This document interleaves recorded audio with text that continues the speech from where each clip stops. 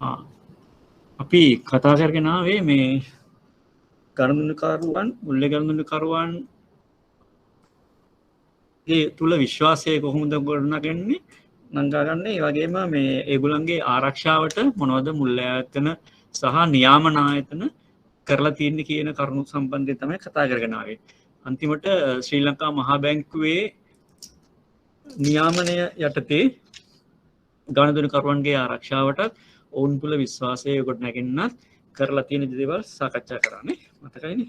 ඒකෙදී මුල්ලේ ආයතනවල විශේෂයෙන්ම බැංකු පද්ධතියේ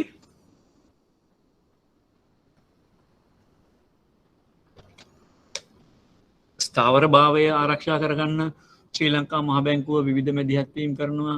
උදාහරණයක් විදිහට නරක ණය අක්ටමික ණය කළමනාකරණයේදී වත්කම් වගකීම් කළමනාකරණය වගේ දේවල්, ඒ වගේම මෙහෙයුම් අඩුපාඩු තියෙනවා ලක්ව ගන්න විවිධ දේවල් කරනවා.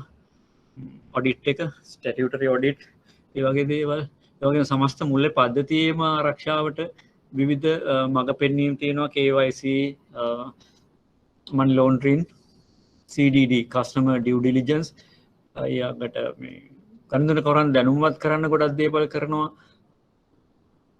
මුල්ලේ සාක්ෂරතාවය වැඩි කරන්න, ගනුදෙනුකරුවන්ගේ දැනුම වැඩි කරන්න සහ ගනුදෙනුකරුවන්ට ආරක්ෂාව සහ විශ්වාසය වැඩි වෙන්න මුල්ලේ ඔම්බුඩ්ස්මන්වරයා, ගනුදෙනුකාර ප්‍රඥප්තිය, ණය උපදේශනය, ඒ වගේ දේවල්, ඒ වගේම මේ තැන්පතු රක්ෂණ ක්‍රමය, ඊළඟට ණය අපකරන ක්‍රමය, අර උකස් ණය සඳහා ඒ වගේ දේවල් ක්‍රියාත්මක කරනවා ශ්‍රී ලංකා මහා බැංකුවේ මැදිහත්වීම මත. එතකොට ඒ වයින් සියල්ලංගෙම ගනුදෙනුකරුට ආරක්ෂාවකුත්, ගනුදෙනුකරුට විශ්වාසවන්ත භාවය වැඩිවීමකුත් සිද්ධ වෙනවා. ඒකම ඔය ශ්‍රී ලංකා මහා බැංකුවේ ඍජු අධීක්ෂණයට යටත් වෙන මුල්ලේ ආයතන. එතකොට වක්‍ර අධීක්ෂණයට යටත් වෙන එමෙත අනිකුත් සියලුම මුල්ලේ ආයතනවල එමෙත මුල්ලේ පද්ධතියේ අනිකුත් සමාජිකයන් වෙච්ච කොටස් වෙළඳපළ, බැඳුම් කර වෙළඳපළ, රක්ෂණ වෙළඳපළ, ඒ වගේ දේවල් වලදී ශ්‍රී ලංකා මහා බැංකුවේ මුල්ලේ පද්ධතිවල ස්ථායීභාවය පිළිබඳ නියෝජ්‍ය අධිපති ඒ අදාළ නියාමන ආයතනවල, උදාහරණයක් විදිහට සුරකුම්පත් සහ විනිමය කොමිෂන් සභාව, ශ්‍රී ලංකා රක්ෂණ නියාමන කොමිෂන් සභාව, එවැනි ආයතනවල අධ්‍යක්ෂක මණ්ඩලයේ ඉඳලා වක්‍රව එතන ඍජු නොවන ආකාරයට ඒ පද්ධතිවල ස්ථායීතාවය පිළිබඳව සැලකිලිමත් වෙනවා. මොකද සමස්ත මුල්ලේ පද්ධතියම සමන්විත වෙන්නේ මේ කොටස් දෙකේ, මුල්ලේ අතරමැදිකරණය සහ මුල්ලේ වෙළඳපළ. ඒ දෙක ඉන්න සමාජිකයන් සම්බන්ධයෙන් මහා බැංකුවේ වගකීමක් තියෙනවා. හේතුව මුල්ලේ පද්ධතිය, මුල්ලේ ප්‍රතිපත්තිය ක්‍රියාත්මක කිරීමේ ප්‍රධාන ආයතනය විදියට. ඊළඟට අපි මුල්ලේ ආයතන විදියට විවිධ මුල්ලේ ආයතන තම තමන් අනුදත් පරිචයන, ඒවා ප්‍රැක්ටිසස්, අපි වට කියන්නේ ප්‍රැක්ටිසස්, නීතිමය තත්ත්වයම නිමිසකට. සමහර ප්‍රැක්ටිසස් නීතිවලින් ඇවිල්ලා තියෙනවා. හරි, නීතිවලින් ඇවිල්ලා තියෙනවා. මොකද අවසානයේදී මේ සියල්ල අවසානයේදී තියෙන නීතිය සහ ඊතරින් එහාට විවිධ පරිචයන් අනුගමනය කරනවා විවිධ මුල්ලේ ආයතන තමන්ගේ ගනුදෙනුකරුවන්ගේ සහ තමන් ආයතනයේ තම බැංකුවේ ආරක්ෂාව සම්බන්ධයෙන්. එතකොට ඒකත් අපි බලමු. එදා අපි ඒක සාකච්ඡා කරේ නෑ. හරි, මම මේ කලින් ඒවා ටික කොහොම කතා කරා. වත්කම් වගකීම් කළමනාකරණය, මෙහෙයුම් කටයුතු, කම්ප්ලයන්ස්, මුල්ලේ පද්ධතිය ආරක්ෂාවට වෙන මැදිහත්වීම්, ද්‍රවශීලතාව, ඔම්බුඩ්ස්මන්, ණය උපදේශනය, සාක්ෂරතාවය, ගණනකාර ප්‍රඥප්තිය, තව අර මුල්ලේ උපකරණ වැරදි අලවිය වළක්වා ගන්න, ෆයිනෑන්ෂල් ඉන්ක්ලූෂන් කියන එක, මුල්ලේ අන්තර්ග්‍රහණය කියන එක වැඩි කරන්න. ඒ කියන්නේ දරිය හැකි මිලකට සියලුම රටේ පුරවැසියන්ව මුල්ලේ පද්ධතිය තුළට එකතු කරගන්න තියෙන ක්‍රියාමාර්ගය. මොකද ඒක ජාතික නෙමෙයි, ජාත්‍යන්තර ස්ට්‍රැටජි එකක්. මොකද හේතුව රටක ආර්ථිකයක අවසාන ප්‍රතිඵලය වෙන්නේ, අවසාන මේ ඉලක්කය වෙන්නේ රටේ පුරවැසියන්ගේ ජීවන තත්ත්වය ඉහළ නැංවීම.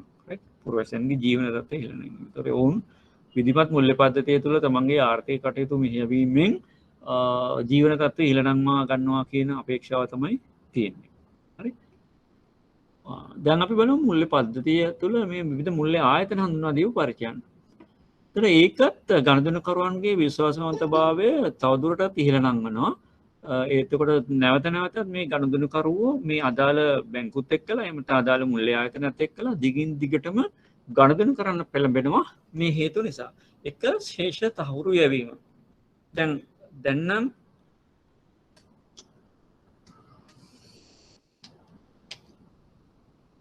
ශේෂ තහවුරු ගොඩක් වෙලාට යවන්නේ FD certificates එහෙම නැත්නම් මේ ස්ථාවර තැන්පතු අලුත් වෙන අවස්ථාවේදී තමයි. නේ? ස්ථාවර තැන්පතු අලුත් වෙන අවස්ථාවේදී ශේෂ සහතික යනවා. ඒ කියන්නේ ડોකියුමන්ට් එකක් විදියට. ලිපියක් විදියට. නමුත් මැනුවල් බැංකින් කරන කාලේ දැන්ට උනත් ඒ ප්‍රැක්ටිස් එක මේ කරන්න දැන් අවශ්‍යතාවයක් නැහැ. අතට මේ හැම එකක්ම මේ දැන් ඩිජිටලයිස් නිසා. නමුත් ඒ ඩිජිටලයිස් පද්ධතියට සම්බන්ධ වෙච්ච නැති ඉන්ටර්නෙට් බැංකින් පහසුකම් ලබාගත්තු නැති සාමාන්‍ය ගණදෙනුකරුවන්ට මේක කරනවා නම් හොඳයි. නමුත් අර කොස්ට් එක සම්බන්ධයෙන් හිතලා ගොඩක් වෙලාට බැංකු දැන් මේක කරන්න නැතුව ඇති. නමුත් ඉස්සර මතකයි දැන් අපි කළමනාකරන විදිහට වැඩ කරන කාලේ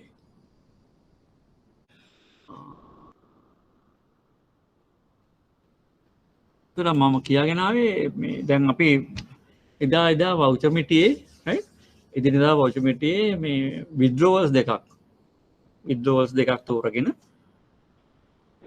ඒ අදාළ ගණදෙනුකරුට බැලන්ස් එක සර්ටිෆයි කරලා යවනවා. ඒකෙන් අදහස් කරේ ගණදෙනුකරු නොවන වෙන පුද්ගලයෙක් එහෙම මේ මුදල් අරගෙන තියෙනවා නම් එහෙම නැත්නම් සමහරට ගොඩක් වෙලාට බද්ධ ගිණුම්කරු එනවා එක්කෙනෙක් ගන්නවා. අනිත් එක්කෙනා දන්නේ නැහැ පස්සේ ඇවිල්ලා ප්‍රශ්න කරන්න පුළුවන්. එවැනි අවස්ථාවලදී මේව වළක්වා ගන්න පුළුවන් සහ ගණදෙනුකරුට තමන්ගේ ශේෂය දැනගන්න පුළුවන් මේ ශේෂ සහතික යැවීමෙන්. නමුත් අද ඒක ගොඩක් වෙලාවට තියෙන්නේ FD certificate ස්ථාවර තැන්පත් අලුත් කිරීමේදී අලුත් කරපු බැලන්ස් එක ඒ අදාළ විස්තරات එක්කලා සහතිකයක් යනවා.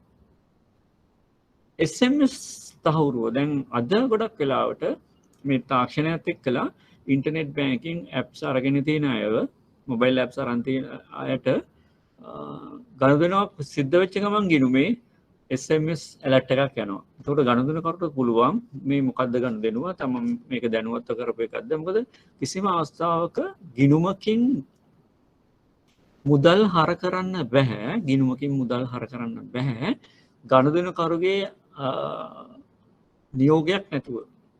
නිසා ගිණුමකින් මුදල් හර කිරීම අනිවාර්යයෙන්ම සිද්ධ කරන්න ඕන ගණදෙනුකරුගේ අභිමතය පරිදි. දැන් අපි හිතමු ස්ටෑන්ඩින් ඕඩර්ස් යනවා. එතකොට වේලාසරින් එකක් අරගෙන තියෙනවානේ. ඒ ඇරෙන්න මොනවා හරි ගිණුමක හර කිරීමක් සිද්ධ කරොත් එහෙම අනිවාර්යයෙන්ම ගණදෙනුකරුට ඒක අපි හිතමු ලෙජිටිමේට්. ඒ කියන්නේ නීත්‍යානුකූලව බැංකුවට අයතු ගාස්තුවක් හෝ වෙනත් දෙයක් අය කරගන්න තියෙනවා නම් ගණදෙනුකරුට ඒ සම්බන්ධයෙන් දැනුම්වත් කිරීමක් කරන්න ඕන. SMS තහවුරුවේදී වෙන්නේ අනිවාර්යයෙන්ම ගිණුම හර වෙන අවස්ථාවලදී විශේෂයෙන්ම ගිණුම් හිමියාට තහවුරුවක් යවනවා මෙන්න මේ ගිණුමේ මේ ගණදෙනුව වුණා කියලා. ඒතකොට එයා නොදැනුවත් ගණදෙනුවක් සිද්ධ වෙලා තියෙනවා වහාම මේකේ ගිණුමේ මේ ඔපරේෂන්ස් මෙහෙයුම් කටයුතු නවත්තන්න පුළුවන්. ඉතින් ඒක ගණදෙනුකරුට වාසියක් වෙනවා. ඒත් අද වෙනකොට ඕනෑම වෙලාවක මේ ගිණුම ශේෂය පරීක්ෂා කරන්න පුළුවන් මොබයිල් බැංකින් ඉන්ටර්නෙට් බැංකින් වගේ. ඒතර තමන්ගේ ශේෂය පිළිබඳව අවබෝධයක් ලබා ගන්න පුළුවන් අඩු වෙනවද වැඩි වෙනවද මොකද උනේ කියන එක. අනිත් එක දැන් මේ වෙනකොට ගොඩක් ඇප්ස් වල තියෙනවා ලාස්ට් ට්‍රාන්සැක්ෂන්ස් 20ක් විතරනේ. පහුගිය ගණදෙනු 20ක් විතර බලන්න පුළුවන්. ඉතින් ඒවා අමතර වාසි මේ තාක්ෂණයත් එක්කලා ආපු. ඉතින් අද වෙනකොට කන්වීනියන්ස් පහසුව කියන එක බැංකු ගණදෙනුකරුට බැංකුව විසින් අත්පත් කරලා දීලා තියෙනවා. ඒතර බැංකුවේ තුල තියෙන තමන්ගේ ගිණුමේ ක්‍රියාකාරකම් පිළිබඳව ගණදෙනුකරු දන්නවා. ඒ නිසා එයාට ඒ පිළිබඳ විශ්වාසයක් ඇති වෙනවා. එයාට ඒකෙන් සුරක්ෂිතභාවයක් දැනෙනවා නේ. සුරක්ෂිතභාවයක් දැනෙනවා. ගිණුම් පරීක්ෂාව දැන් ඉස්සර කරනවා නම් අපි රික්වෙස්ට් එකක් කරන්න ඕන. ඊට පස්සේ බැංකුව පොලේක ලියලා දෙන. ඒ වගේ ඊටම මේ ප්‍රාථමික මට්ටමේ තිබුණේ. ඒක බැංකුවට යන්නම ඕන. අද බැංකුවට යන්නේ නැතුව බැංකුව ඕන වෙලාවක බැංකුවට ඇක්සස් තියෙනවා ගනුදෙනුකරුට තාක්ෂණය හරහා මොබයිල් ඇප්ස් හරහා ඉන්ටර්නෙට් බැංකින් හරහා යට අද වෙනකොට වෙනත් පහසුකමක් තියෙනවානේ ෆන්ඩ් ට්‍රාන්ස්ෆර් කරගන්න ඒවද වෙනත් බිල් පේමන්ට්ද ඒ වගේ ගොඩක් දේවල් තියෙනවානේ ඒ නිසා ඒක අපි මාකටිං එකේදීත් කතා කරමු කන්වීනියන්ස් කියන එක බැංකුව දැන් බැංකින් නෙට්වර්ක් එක ශාඛාව වෙන්න ඕන ඉස්සර නම් බැංකින් නෙට්වර්ක් එක මොකද හේතුව වෙන ක්‍රමයක් නැහැ ගනුදෙනුකරු සහ බැංකුකරු හම්බ වෙන්නේ ශාඛා පරිශ්‍රය තුලදී. එතනදී තමයි ගනුදෙනුවක් සිද්ධ වෙන්නේ ට්‍රාන්සැක්ෂන් එක. ඒතර පරිශ්‍රය කියන එක බිල්ඩින් එකක් ෆිසිකල් බිල්ඩින් එකක් තමයි මාකට් ප්ලේස් එක වෙන්නේ. ඉතින් අද වෙනකොට ඩිජිටල් ස්පේස් එක තුල මේ විද්‍යුත් අවකාශය තුල තමයි ගනුදෙනුව සිද්ධ වෙන්නේ. අද ගනුදෙනුකරු හා බැංකුකරු මුහුණට මුහුණ ෆේස් ටු ෆේස් හම්බ වෙන්න අවශ්‍යතාවයක් නැහැ. නේ? එහෙනම් අද අර ප්ලේස් කියන එක මාකටිං වල මාකටිං මික්ස් එකේ තියෙන ප්ලේස් කියන එක අද එකට ගොඩක් අර්ථ තියෙනවා. ඒකෙන් ගනුදෙනුකරුවන්ට තියෙන ඇක්සස් එක වැඩි කරලා තියෙනවා. බැංකුවට තමන්ගේ ගිණුමට යන්න පුළුවන් වාර ගණන හැකියාව වෙලාව ඒවා වැඩි කරලා තියෙනවා අද වෙනකොට. නිසා කන්වීනියන්ස් පහසුව කියන එක ගනුදෙනුකරුගේ වැඩි වෙලා තියෙනවා. ඒකම තාක්ෂණය නිසා ආපු ප්‍රශ්න තියෙන. ඉතින් අපි ඉස්සරහදී කතා කරමු. ඒ ප්‍රශ්න වලට බැංකුව විවිධ විසඳුම් දීලා තිනවා ගනුදෙනුකරුගේ ආරක්ෂාව සම්බන්ධයෙන්. ඒතකොට මේවා තමයි දැන් ඉන්ටර්නෙට් බැංකින් හරහා ඔන්නලාගේ ගිණුම් පරීක්ෂා කරන්න, පරණ ට්‍රාන්සැක්ෂන් පරීක්ෂා කරන්න, ඒ වගේ දේවල් කරන්න පුළුවන් හින්දා තමන්ගේ දැනුවත්භාවය මේක සිද්ධ වෙනවද කියන සම්බන්ධයෙන් අවබෝධයක් ගනුදෙනුකරුට ලබා ගන්න පුළුවන්. මුරවචරය නිතර වෙනස් කිරීමට හැකිවීම. පාස්වර්ඩ්. බැංකුව ඇතුළේ තියෙනවා පාස්වර්ඩ් පොලිසි එකක්. ඒ වගේම ගනුදෙනුකරුට ඒක උපයෝගී කරගන්න පුළුවන්. දැන් බැංකුව ගත්තොත් එහෙම දැන් මෙතන අපි කතා කරන්නේ බැංකුව ඇතුලේ පාස්වර්ඩ් පොලිසි එක. මොකද්ද මේ පාස්වර්ඩ් එකක් මොන වගේ ආකාරයකටද මේ සකස් කරගන්න ඕන මට කියන්නකෝ. දැන් බැංකුව වල පාස්වර්ඩ් එක්කලා වැඩ කරන අය පාස්වර්ඩ් එකක් කොයි වගේ වෙන්න ඕනද?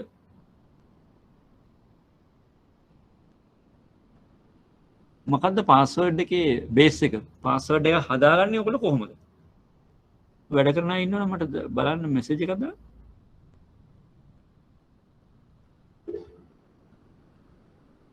වැරදි.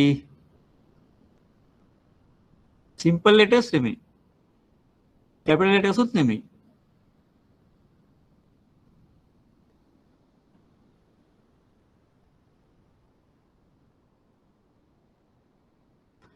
ඔය දැන් ආපහු බැංකුවට ගියාම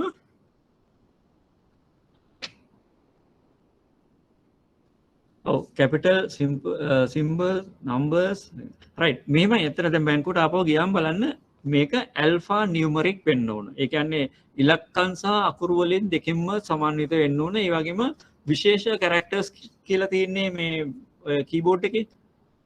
right විශේෂ characters තියෙනවා ඔය @ sign එක hash sign එක dollar sign එක percentage sign and sign අන්න ඒ වගේ right ඔය ඔක්කොම එකතුවක් වෙන්න ඕන alpha numeric වෙන්න ඕන එතකොට upper case lower case දෙකෙන්ම සමන්විත වෙන්න ඕන upper case කියන්නේ capital අකුරුනේ lower case කියන්නේ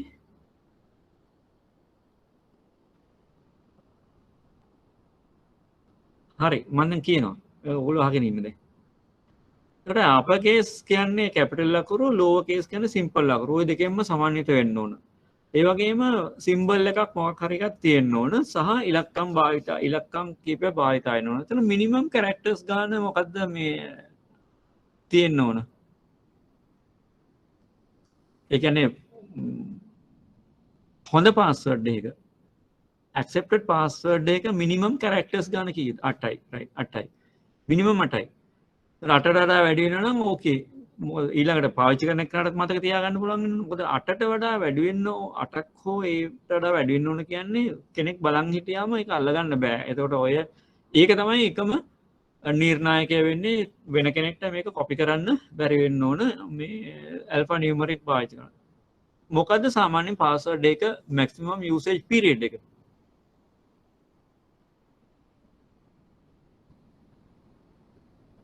පාස්වර්ඩ් එක මැක්සිමම් යූසේජ් පීරියඩ් එක මොකද්ද? ඔව් සමහරලාට එක එක බැංකුවල වේදාලා ඇති සාමාන්‍යයෙන් මාස 3ක් වගේ පාවිච්චි වෙනවා හේතුව අර දිගටම පාස්වර්ඩ් එක වෙනස් කර යන්න ගියාම ගණන්කරුවටත් ඒක අපහසුවක්. බැංකුවට අපහසුවක්. රයිට්. මාස 3ක් වගේ සාමාන්‍ය කාලයක් පාවිච්චි කරන්න පුළුවන්. ඊට පස්සේ ඒක ඔටෝ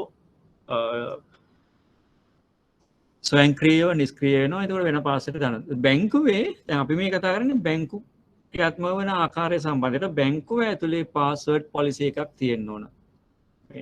මුරපද සම්බන්ධයෙන් පරිචයක් ප්‍රතිපත්තියක් තියෙන්න ඕන. ඒතර හැම පාස්වර්ඩ් එකකම යූසර්ව පොතක නේ සටහන් කරලා තියෙන්න ඕන පාස්වර්ඩ් එක නැතුව. යූසර්ගේ යූසර් නේම් එකත් යූසර් කවුද කියන එක්කෙනත් ඒ අදාළ විස්තරය. ඒතකොට ඒක ලබා දෙන්න ඕන ඊළඟ නිලධාරියෙක්.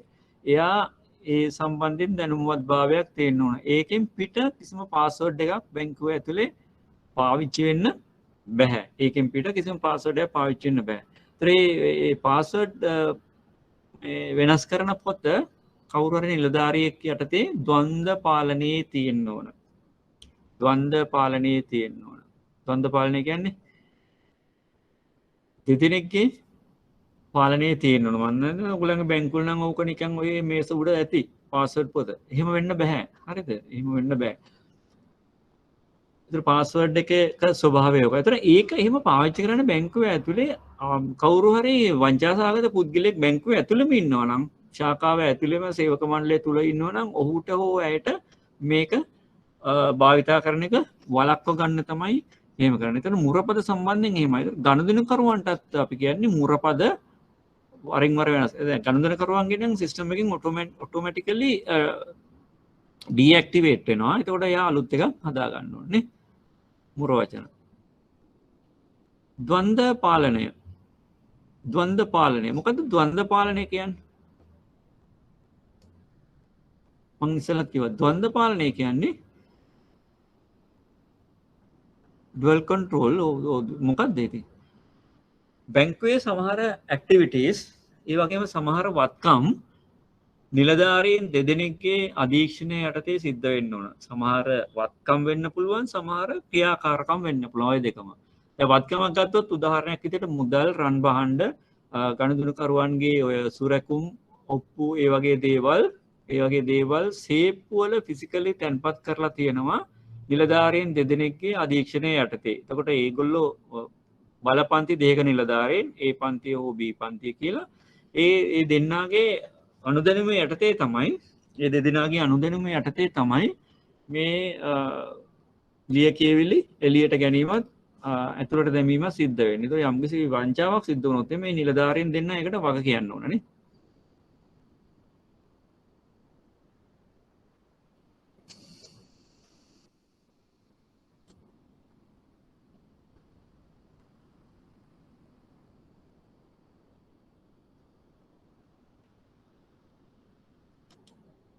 හරි. අනිත් එක ඇක්ටිවිටීස්. මොනවද ඇක්ටිවිටීස් බැංකුව ඇතුලේ නිලධාරීන් දෙදෙනෙක්ගේ බලතල වලින් ක්‍රියාත්මක වෙන? ඒකත් ද්වන්ද්ව පාලනය තමයි. ඇක්ටිවිටීස් දෙකක්. ද්වන්ද්ව පාලනය. ඔව්.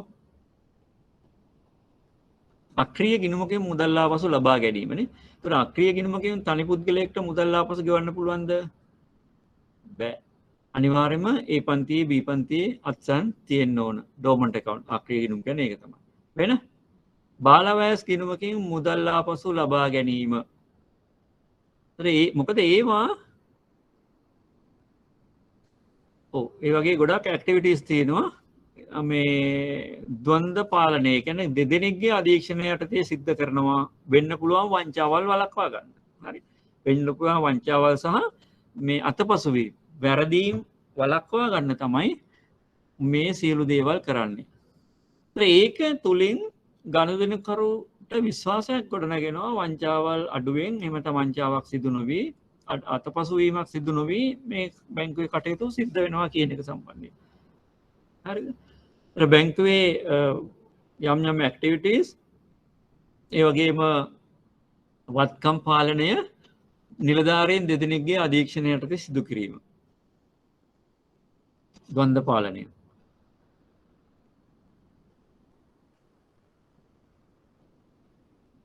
ඊළඟට ණය පරිපාලනය ක්‍රෙඩිට් ඇඩ්මිනිස්ට්‍රේෂන් මේක නැති වුණාට ඔයගොල්ලෝ සටහන් කරගන්න ණය පරිපාලනය ක්‍රෙඩිට් ඇඩ්මිනිස්ට්‍රේෂන් මොකද්ද ක්‍රෙඩිට් ඇඩ්මිනිස්ට්‍රේෂන්?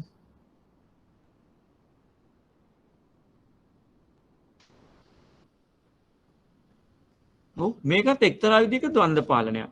ණය පරිපාලනය ක්‍රෙඩිට් ඇඩ්මිනිස්ට්‍රේෂන් එක්තරා විදිහක ද්වන්ද්ව පාලනයක්. ක්‍රෙඩිට් ඇඩ්මිනිස්ට්‍රේෂන් කියලා මොකද්ද සිද්ධ වෙන්නේ? ණය පරිපාලනයේදී ණය ලබා දීම හෝ ණය අනුමත කිරීම එක නිලධාරියෙක් කරන අතර ණය ගිණුම්ගත කිරීම, ණය ලේඛන ගිණුම්ගත කිරීම, සුරැකුම් අනුමත කිරීම, සුරැකුම් ලබා ගැනීම වෙනත් මේකට සම්බන්ධ නැති නිලධාරියෙක් විසින් ඉටු කිරීම. හරි? හේතුව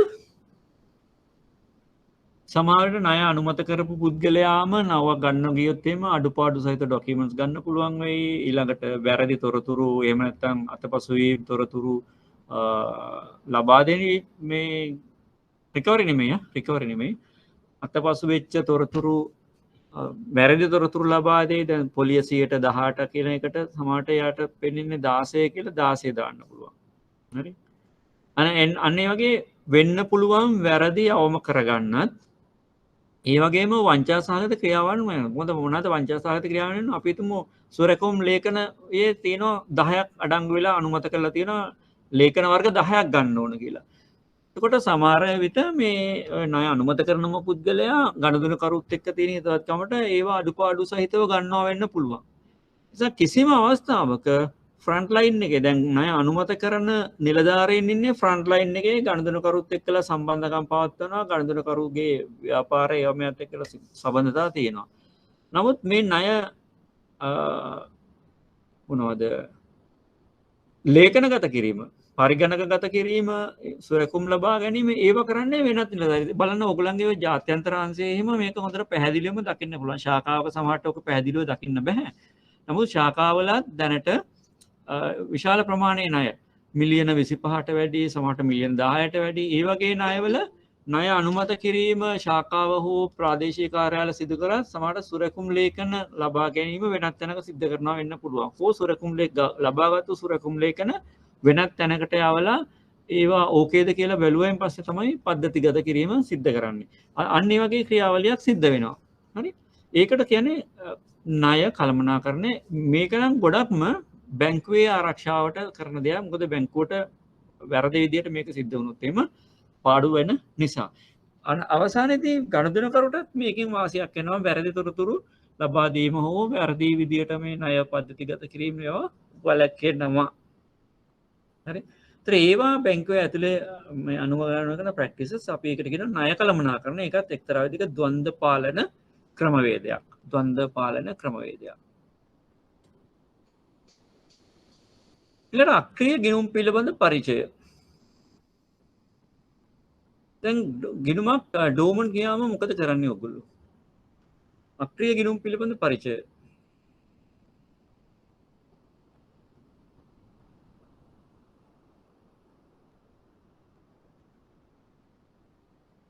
KYC අප්ඩේට් කළා හරියන්නේ නැහැ. KYC අප්ඩේට් කරන්නේ කස්ටමර්ට ලෙටර් එකක් යවනවා. ඊටත් ඉස්සෙල්ලා කරන දේවල් තියෙනවා.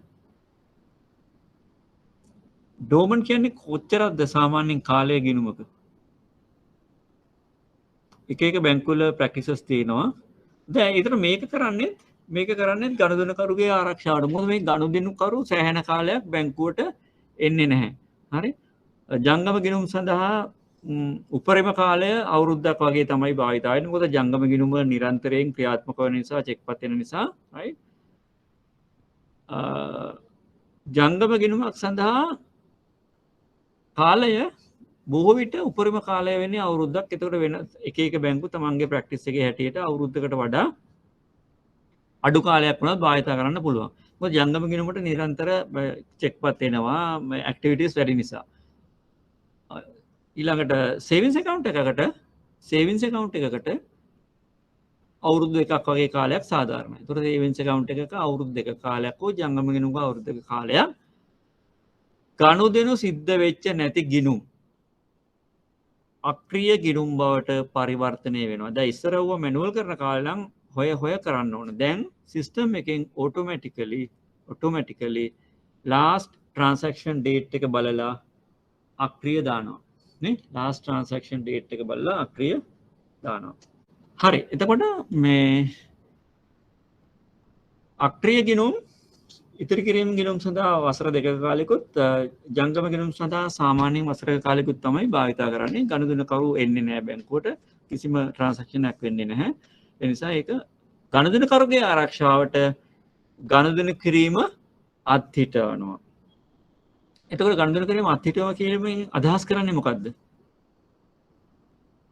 අක්‍රිය ගිණුමක ගනුදෙනු කිරීම අත්හිටීම කියන එකෙන් අදහස් කරන්නේ මොකද්ද?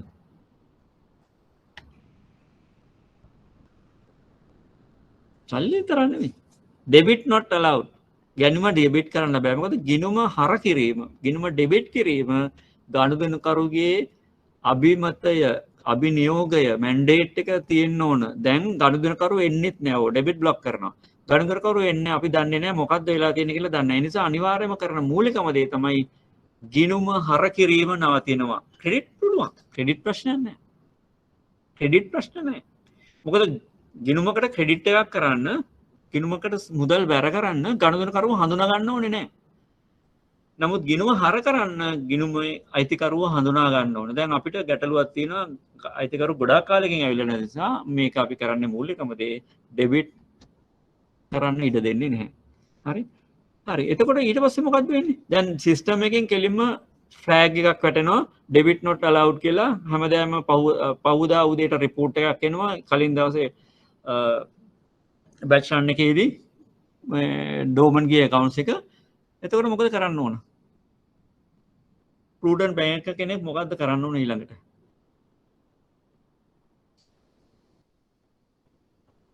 දැන් පහුදාට රිපෝට් එකක් අනිවා හැමදාම එන්න ඕනනේ. ලාස්ට් ට්‍රාන්සැක්ෂන් ඩේට් එක සිස්ටම් එකෙන් ගන්නවා. අවුරුදු 2ක් හරි අවුරුද්දක හරි කාලයකට පස්සේ හැමදාම එන්න ඕන මේ රිපෝට් එකක් ඩෝමන් එකක් දෙකක් හරි වැටලා. මොකද්ද කරන්න ඕන ඩෝමන් මාක් වුණාට පස්සේ? මැන්ඩේට් එක ගන්නවා. අරගෙන මේ ඔයගලන්ට පණිවිඩයක් කියන්න ඕන. මේ විභාගයට ලියාපදිංචි වෙන අය අගෝස්තු 15 වෙනිදාට ඉස්සෙල්ලා ලියාපදිංචි වෙන්න අවසාන දිනය ලියාපදිංචි වෙන්න තියෙන රෙජිස්ටර් වෙන්න තියෙන අගෝස්තු 15. ඒතර ඔක්තෝබර් වල එක්සෑම් එක වැටෙයි කියලා කියනවා. ඒ නිසා මේ සමහර විට additional classes, right? additional classes හවස් වරුවේ කියන්නේ හන්දේ 6න් පස්සේ වැටෙන්න පුළුවන්. අපි උත්සාහ කරමු පුළුවන් තරම් ඇඩිෂනල් ක්ලාසස් නැතුව මේක කවර් කරගන්න. හරි. දැන් මේ කතා කරපු ටිකෙන් සෑහෙන ප්‍රශ්න නෙන්ද ඔයගලන්ට ලොකු ගැටලුවක් වෙනකන් නැහැ. ඔව් ඒතර ඩෝමන්ට් වැටුණායින් පස්සේ කරන දේ තමයි මැන්ඩේට් එක අරගෙන ඒ මැන්ඩේට් එක ද්වන්ද්ව පාලනයට යටත් කරන්න ඕන. ඒක තමයි කරන්න ඕන. දැන් ඉස්සර මැනුවල් කරන කාලේ අපි ශාඛාවල වැඩ කරන කාලේ මැන්ඩේට් එක ගන්නත් ඕන, අත්සන් කාඩ් මැන්ඩේට් පත් ගන්න ඕන. ඊට අමතරව ලෙජර් ෂීට් තියෙන. ඒ ලෙජර් ෂීට් එක ඒ ලෙජර් එකෙන් ගලවලා ඊළඟට ඒක මාරු කරන්න ඕන. ඩෝමන් කියලා වෙනම ලෙජර්ස් තියෙනවා. ඩෝමන් ලෙජර් එකට මාරු කරන්න ඕන. ඩෝමන් ලෙජර් එකට මාරු කරලා ඒ ඩෝමන් ලෙජර් එක තියෙන්නේ ද්වන්ද්ව පාලනේ. මොකද හේතුව වංචාසහගත පුද්ගලයෙක්ට අර කිව්වා වගේ මේ බලාගෙන ඉඳලා ගිණුමේ ශේෂය තියෙනවා නම් ගනුදෙනුකරු එන්නෙත් නැත්නම් එයා අත්සන් කාඩ් එක අරගෙන අත්සන වංචා කරලා මේ ගන්න පුළුවන්. දැන් ගොඩක් වෙලාවට ඔය බැංකුවේ ඇතුළෙම ඉන්න එක්කෙනෙක් මොකක් හරි කියලා ගෙනත් දුන්නාන් පස්සේ කස්ටමර් එන්නේ නැහැ. එයාට එන්න බෑ. එයා මෙහෙම ඉන්නවා කියවන් පස්සේ විශ්වාසවන්තභාවයට සමහරට අත්සන් කරලා දෙනවා බැංකුවේ නිලධාරියෙක්. ඒකට දන්නෙත් නැහැ මේ කස්ටමර් නෙමෙයි වෙන කෙනෙක් ගන්නෙ. කස්ටමර්වම තමයි තේරෙන්නේ මෙන්න මෙහෙම ප්‍රශ්න කියලා. ඒ අනිවාර්යයෙන්ම මේක තියෙන්නේම ගනුදෙනුකරුගේ ආරක්ෂාවට ඩෝමන් මාරු වෙන එක. දැන් සිස්ටම් එක නිසා පහසුයි. මැන්ඩේට් එකයි අත්සන් කාඩ් පත්‍රයයි අර ගන්න තියෙනවා. ඒක අරගෙන මේ තියන්න ඕන ද්වන්ද්ව පාලනේ අර කිව්වා වගේ has to be identified beyond doubt. ඒ ඩෝමන්ට් අයින් කරනකොට දැන් මම එතෙන්ට එනවා. හරි. දැන් ඩෝමන්ට් අයින් කරන්නේ කොහොමද? ඔන්න දැන් කිව්වා ගනුදෙනුකරුව පෞද්ගලිකව හඳුනා ගන්න ඕන. ගනුදෙනුකරුව පෞද්ගලිකව හඳුනා ගන්න ඕන. එහෙනම් අනිවාර්යයෙන්ම ගනුදෙනුකරු ශාඛාවට පැමිණෙන්නම ඕන. එක වතාවක් හරි. හරි. මොකද එහෙම නැතුව අත්සනින් විතරක් ගනුදෙනුකරු හඳුනා ගන්න බෑ. අත්සනින් විතරක් ගනුදෙනුකරු හඳුනා ගන්න බෑ. ගනුදෙනුකරු පෞද්ගලිකව ඇවිල්ලා හඳුනාගෙන මේ ඩෝමන්ට් අයින් කරගන්න ඕන. ඩෝමන්ට් අයින් කිරීමේදී අන්න නැවත ද්වන්ද්ව පාලනයට යටත් වෙනවා. ඒ ඇක්ටිවිටි එක නිලධාරීන් දෙදෙනෙක්ගේ අධීක්ෂණය යටතේ තමයි. එතකොට ඇත්තටම කියනවා නිලධාරීන් දෙදෙනාම ගනුදෙනුකරුවෝ පරීක්ෂා කරන්න ඕන. හරි? එයා පර්සනලි බැංකුවට එන්න ඕන, බ්‍රාන්ච් එකට එන්න ඕන. දෙන්නම පරීක්ෂා කරනවා. දැන් ගොඩක් වෙලාවට දැන් මේ තියෙන ප්‍රායෝගික தත්ත්වෙත් එක්කලා එක්කෙනෙක් විතරයි මෙයා කරන්නේ. අනිත් එක්කෙනා කවුන්ටර් සයින් එකක් විතරයි ගන්නෙ. එimhe කවුන්ටර් සයින් ගන්න බෑ. එයාත් හඳුනා ගන්න ඕන ඉන්ඩිපෙන්ඩන්ට්ලි ගනුදෙනුකරුවා. ඒවා පොත්පත්වල සටහන් වෙනවානේ. එහෙම කරලා තමයි මේ ඩෝමන්ට් අයින් වෙන්නේ. හැබැයි ඩෝමන්ට් ගියාට පස්සේ ක්‍රෙඩිට් ඕන තරම් පුළුවන් නේ. ඩෝමන්ට් ගියාට පස්සේ ක්‍රෙඩිට් පුළුවන්, ඩෙබිට් විතරයි බැරි වෙන්නේ.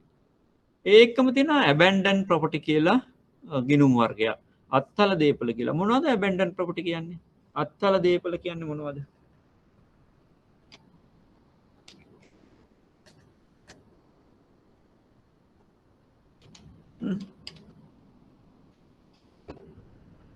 අත්හල දේපල what are abandoned properties? අවුරුදු 10ක් තිස්සේ ගනුදෙනු කළ නොකළ ගිණුම් විතරද? abandoned properties වලට අයිති වෙනවා මේවා ගනුදෙනුකරුවන්ට අයිති ඒවා විතරයි. හරි? ගනුදෙනුකරුවන්ට අයත් ගනුදෙනු නොකළ ගිණුම් වසර 10ක් තිස්සේ ජංගම ගිණුම් ඊළඟට ඉතිරි කිරීමේ ගිණුම් ඇයි ස්ථාවර තැන්පත් අයිති වෙන්නේ නැති මේකට? ඇයි මේකට ස්ථාවර තැන්පත් අයිති වෙන්නේ නැත්තේ? ස්ථාවර තැන්පත් ඇබැන්ඩන් යන්න පුළුවන්ද? අක්‍රිය වෙන්න පුළුවන්ද? නෑ. අක්‍රිය වෙන්න පුළුවන්ද?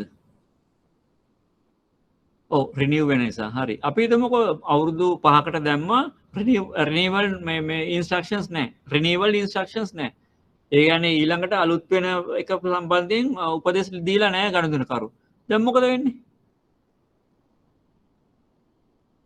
ස්ථාවර තැන්පතකට මොකද වෙන්නේ? අපි තුමු අවුරුදු 2කට දානවා කස්ටමර්. එයා රට යනවා. එයාට අමතක වෙනවා. රිනිවල් ඉන්ස්ට්‍රක්ෂන්ස් දෙන්නේ නැහැ එයා. මොකද වෙන්නේ එතකොට? ඒ වගේ ස්ථාවර තැන්පත් ගිණුමකට මොකද කරන්න ඕන?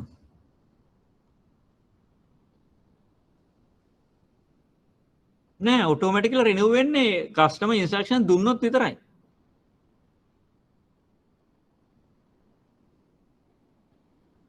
කස්ටමර් ඉන්ස්ට්‍රක්ෂන් දුන්නොත් මේක අවුරුද්ද හෝ අවුරුදු දෙක අවසානයේදී නැවත අලුත් කරන්න කියලා ඒක අලුත් වෙනවා. අපි තුමු කස්ටමර් මොන හරි එකකට ගන්න බලාගෙන අවුරුදු දෙකකට පස්සේ දානවා. එයා ඊට පස්සේ රට යනවා. එයාට අමතක වෙනවා මේක. එයා ඉන්ස්ට්‍රක්ෂන් දීලත් නැහැ අවුරුදු දෙකකට පස්සේ මේක රිනිව් කරන්න කියලා. දැන් මොකද කරන්නේ? දැන් අවුරුදු දෙක පැන්නා. කරන් ස්ථාවර තැන්පතු තියෙනවා. මොකද වෙන්නේ ඒකට? රිනිවල් ඉන්ස්ට්‍රක්ෂන්ස් දීලා නැහැ. දැන් ඔය සිස්ටම් එකෙන් නම් ඔටෝමැටිකලි මාරු වෙනවා. ඒක සේවින්ස් එකකට දාන්න ඕන. ඒක සේවින්ස් එකකට දාලා සේවින්ස් එකකට අදාළ පොලිය ගනුදෙනුකරුට ලබා දෙන්න ඕන. හරි? දැන් ඔටෝමැටිකලි ඔව මාරු වෙනවා. ඒ නිසා අනිවාර්යයෙන්ම ඇබැන්ඩන් යනවා යන්නේ සේවින්ස් account එකක් විතරයි. ඒක FD එක තිබ්බත් ඒක සේවින්ස් එකට වෙන්න ඕන. මොකද එක පැත්තකින් ගනුදෙනුකරු කියලා නැති නිසා රිනිව් කරන්නත් බෑ. අනිත් පැත්තෙන් FD එකක් විතර තියාගත්තොත් බැංකුවට පාඩුයි. ඇයි ඉහළ පොලියක් දෙනවනේ. ඒ නිසා බැංකුව කරන්නේ දෙන්න පුළුවන් පොලිය තමයි සේවින්ස් account එක. එතකොට මේක සේවින්ස් එකක් බවට පර සමට මැන්ඩේට් එකේ මේවා ඇති මොනවාද මේ කොන්දේසි වල කියවලා බලන්න කොන්දේසි වල ඇති මෙහෙම උපදෙස් තිබුණ නැත්නම් මේක ඉතිරි කිරීමේ ගිණුමකට පරිවර්තනය වෙනවා කියලා. හරි. ඒක අනිවාර්යයෙන් ඉතිරි කිරීමේ ගිණුමක් විදියට තමයි මේක ඇබැන්ඩන් යන්නේ. හරි. එතකොට තව මොනවද ඇබැන්ඩන් යන්නේ? ගනුදෙනුකරුවන්ට අයිති වසර 10ක් තිස්සේ කිසිම ක්‍රියාකාරකමක් වෙච්ච නැති සේෆ්ටි ලොකර්ස් තියෙනවානේ. සේෆ්ටි ලොකර්ස්. තව මොනවද? තව මොනවද ගනුදෙනුකරුවන්ට අයිති දේවල් තියෙන්නේ මේ වගේ රන් බහන්න වෙන්න පුළුවන්ද? රන් බහන්න දැන් උකස් කරලා රන් බහන්න තිබ්බොත් එහෙම ඒවා වෙන්න පුළුවන්ද? ඒවා ඇබැන්ඩන් යන්න පුළුවන්ද? බෑ. ඇයි? බෑ. ඇයි බැරි? what is සින්නවීම? බැංකුවේ ඔය වගේ වචන පාවිච්චි කරන්න එපා. සින්නවීම නෙමෙයි. බැංකුව ඒක වෙන්දේසි කරලා මුදල අය කරනවා. හරි. ඔප්ෂන් කරනවා. ඒ නිසා අනිවාර්යයෙන්ම ඒක අවුරුදු 1කමාරකට පස්සේ වෙන්දේසි කිරීමේ අයිතිය තියෙනවා. හරි. තව මොනවද තියෙන්නේ? ගණදෙන කොරන්ට අයිති තීරු ගිනුම් තියෙනවා. මොනවද ඒ? දැන් ගණදෙන කරුවෙක් ණය මුදලක් ගන්නවා. ණය මුදල නිදහස් කරන්නේ කොටස් විදියට. උදාහරණයක් විදියට නිවාස ණයක් කියලා හිතන්නකෝ. නිවාස ණය මුදල බැංකුව එකපාරට දෙන්නේ නැහැ. කොටස් විදියට නිදහස් කරනවා. ඒකේ මුල් ටික ගොඩ නැගුවාම එක කොටසක් දෙනවා. ඊළඟට ඒක පරීක්ෂා කරලා බලලා ඊළඟ කොටස දෙනවා. ණය මුදල ණය ගිණුමට සම්පූර්ණයෙන්ම හර වෙනවා. එයාගේ ජංගම හෝ සේවිංස් account එකට බැර වෙන්නේ අර නිදහස් කරන කොටස විතරයි. ඊටු කොටස කොහෙද තියෙන්නේ? ණය ගිණුම මූලිකවම හර වෙනවා ලක්ෂ 10ක් නම් ලක්ෂ 10ම හර වෙනවා. අපි තුමු පළවෙනි පාර දෙන්නේ ලක්ෂ 5යි ඊළඟ ලක්ෂ 5 දෙන්නේ පරීක්ෂාවකින් පස්සේ. එතකන් ඒ ඊටු ලක්ෂ 5 කොහෙද තියෙන්නේ?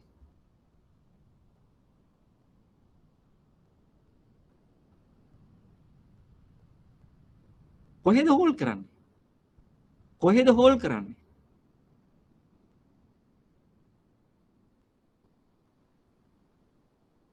ඔය වැරදි ප්‍රැක්ටිස් එකක්. අනිවාර්යයෙන්ම වෙන්න ඕන. ඒක තීරු ගිණුමක තැන්පත් කරන්න ඕන බැංකුව. ඒ තීරු ගිණුමේ හරි? තීරු ගිණුමේ මාන්නරි මාජින් account එකේ තියෙන ඕන තීරු ගිණුමට පොලියකුත් ගෙවන්න ඕන බැංකුව හරිනේ. ඇයි ගනුදෙනුකරගෙන් ණය මුදලට සම්පූර්ණ පොලිය ආය කරනවා ණය මුදල නිදහස් කරපු දවස්. ඉතින් ඒක කටවසයි ගනුදෙනුකර පාවිච්චි කරන්නේ. ඊටු කොටස තීරු ගිණුමක තියෙනවා. ඒ තීරු ගිණුමට අනිවාර්යයෙන්ම බැංකුව පොලියක් ගෙවන්න ඕන හරිනම් ගොඩක් වෙලාවට බැංකුව ඒක කරන්න උත්සාහ කරන්නේ නැහැ. එතකොට ඊට පස්සේ පරීක්ෂා කිරීමෙන් පස්සේ තීරු ගිණුම නිදහස් කරනවා නැවත එයාගේ ගිණුමට. අන්න එවැනි තීරු ගිණුම් තියෙනවා නම් ගනුදෙනුකරුවන්ට අයිති දිගින් දිගටම ගනුදෙනු වෙච්ච නැති ඒවත් ඇබැන්ඩන් වෙනවා. තව මොනවාද තීරු ගිණුම් තියෙන්න පුළුවන් ගනුදෙනුකරුවන්ට අයිති? ඒ රිකවරිස් වලට දානව නේද මාජින් account එකට? යම්කිසි මුදලක් එකතු වෙනකන් දානවා. සමහරවිට එතකොට ඒක අය කරලා ඉතුරු වුණොත් හරි අය කරේ නැත්නම් හරි මොන හරි හේතුවක් නිසා තීරු ගිණුමේ තියෙන්න පුළුවන් ස්ටේෂන් ඒවා ඇබැන්ඩන් වෙනවා. ඇබැන්ඩන් වුණාම පස්සේ මොකද්ද කරන්නේ? ඒක ශ්‍රී ලංකා මහ බැංකුවට ප්‍රේෂණය කරන්න ඕන. නේ? ප්‍රේෂණය කරන්න ඕන. දැන් මේ ඇබැන්ඩන් තත්වයෙන් කොහොමද අයින් කරගන්නේ ගනුදෙනුකරුට මේක ආපහු ගන්න නම්? කොහොමද ඇබැන්ඩන් එක රිමූව් කරගන්නේ?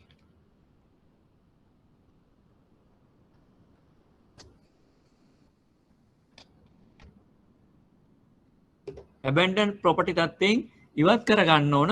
මොකද එහෙම උනේ නැත්නම් එහෙම ශ්‍රී ලංකා මහා බැංකුවට මේක ප්‍රේෂණය කරන්න වෙනවා. කොහොමද මේක කරන්නේ? ක්‍රම 4ක් තියෙනවා. එක ක්‍රමයක් කියන්නේ. ඔයගොල්ලෝ දන්නවද මේ ප්‍රායෝගික බැංකු කරුවනේ?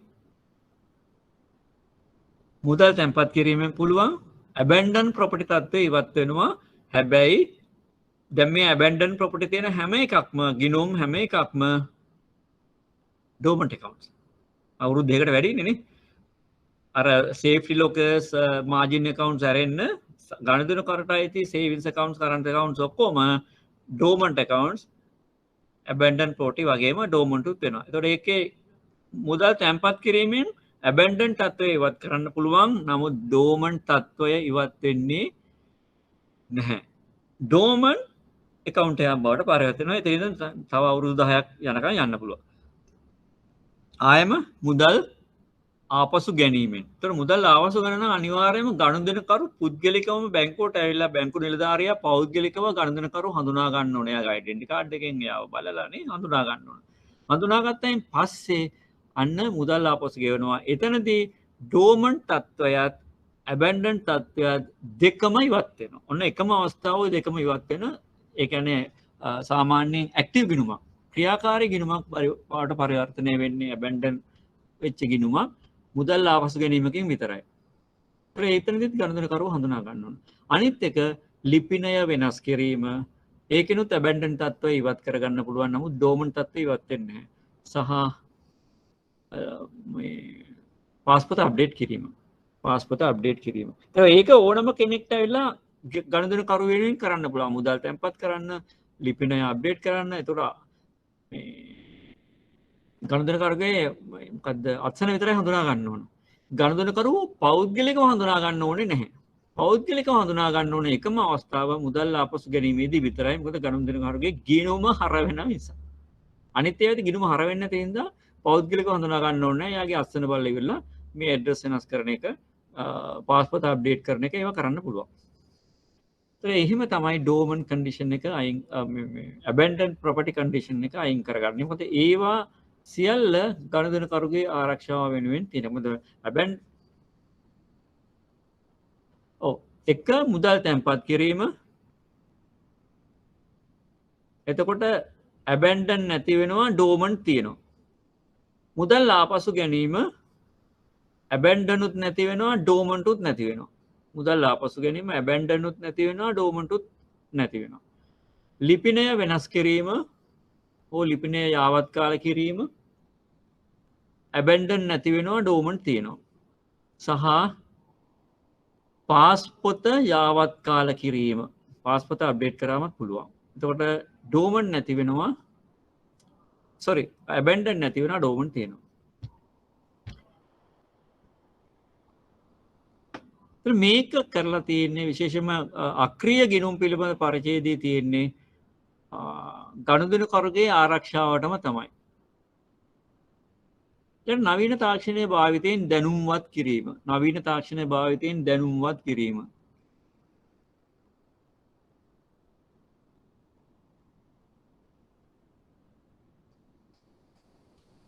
නවීන තාක්ෂණයේ භාවිතයෙන් දැනුම්වත් කිරීම.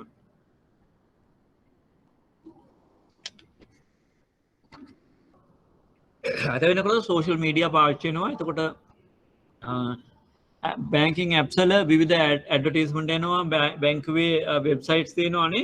ඒවා සම්බන්ධ කරගෙන ඒවා භාවිතා කරලා ගනුදෙනුකරුට වෙන්න පුළුවන් අවදානම් සම්බන්ධයෙන්, දැනුවත් කිරීම සම්බන්ධයෙන් ගොඩක් දේවල්. දැන් වෙනදා බැංකුව විසින් එක පුවත්පත් දැන්වීමක් පළ කරන්න ඕන, එහෙම නැත්නම් පෝස්ටරයක් ගහන්න ඕන නේ. ගනුදෙනුකරු බැංකුවට ආවයින් පස්සේ එයාට කියන්න ඕන. අද වෙනකොට ගනුදෙනුකරු සහ බැංකුකරු අතර සංනිවේදනය ඉහළම මට්ටමකින් පවතිනවා මේ වෙබ්සයිට්ස් වලින්, ඊළඟට සෝෂල් මීඩියා, ඒ ගොඩක් දේවල් වලින්. ඒ නිසා ගනුදෙනුකරුව නිරන්තරයෙන් දැනුම්වත් කරන්න පුළුවන් බැංකුකරුට ගනුදෙනුකරුගේ මුල්‍ය සාක්ෂරතාවය ඉහළ නංවන්න. හරි, ඒක. ඊළඟට තව තියෙනවා මේ හෙන්ඩවුට් එක ගන්න වෙනවා මට. මෙහෙයුම් අවදානම කළමනාකරණය කිරීම.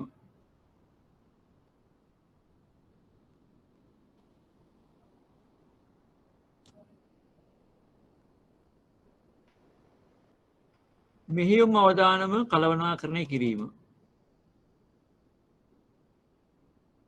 ඉන්නවා එක ගන්න ඕන, මේ පොඩ්ඩක් අරගෙන දෙන්නම්. මුල්‍ය ආයතන තම තමන්ගේ අභ්‍යන්තර මෙහෙයුම් අවදානම, අනිවාර්යෙන් මෙහෙයුම් අවදානම අභ්‍යන්තර, ඒක අවදානම කළමනාකරණය කරගන්න විවිධ ක්‍රමවේදයන් භාවිතා කරනවා. මේ මෙහෙයුම් අවදානම කළමනාකරණය කරන්නේ එක පැත්තකින් ගනුදෙනුකරුගේ ආරක්ෂාවට, අනිත් පැත්තෙන් බැංකුකරු තමන්ගේ ආරක්ෂාවට, වංචාවන් වළක්වා ගන්න. දෙකේ එකක් තමයි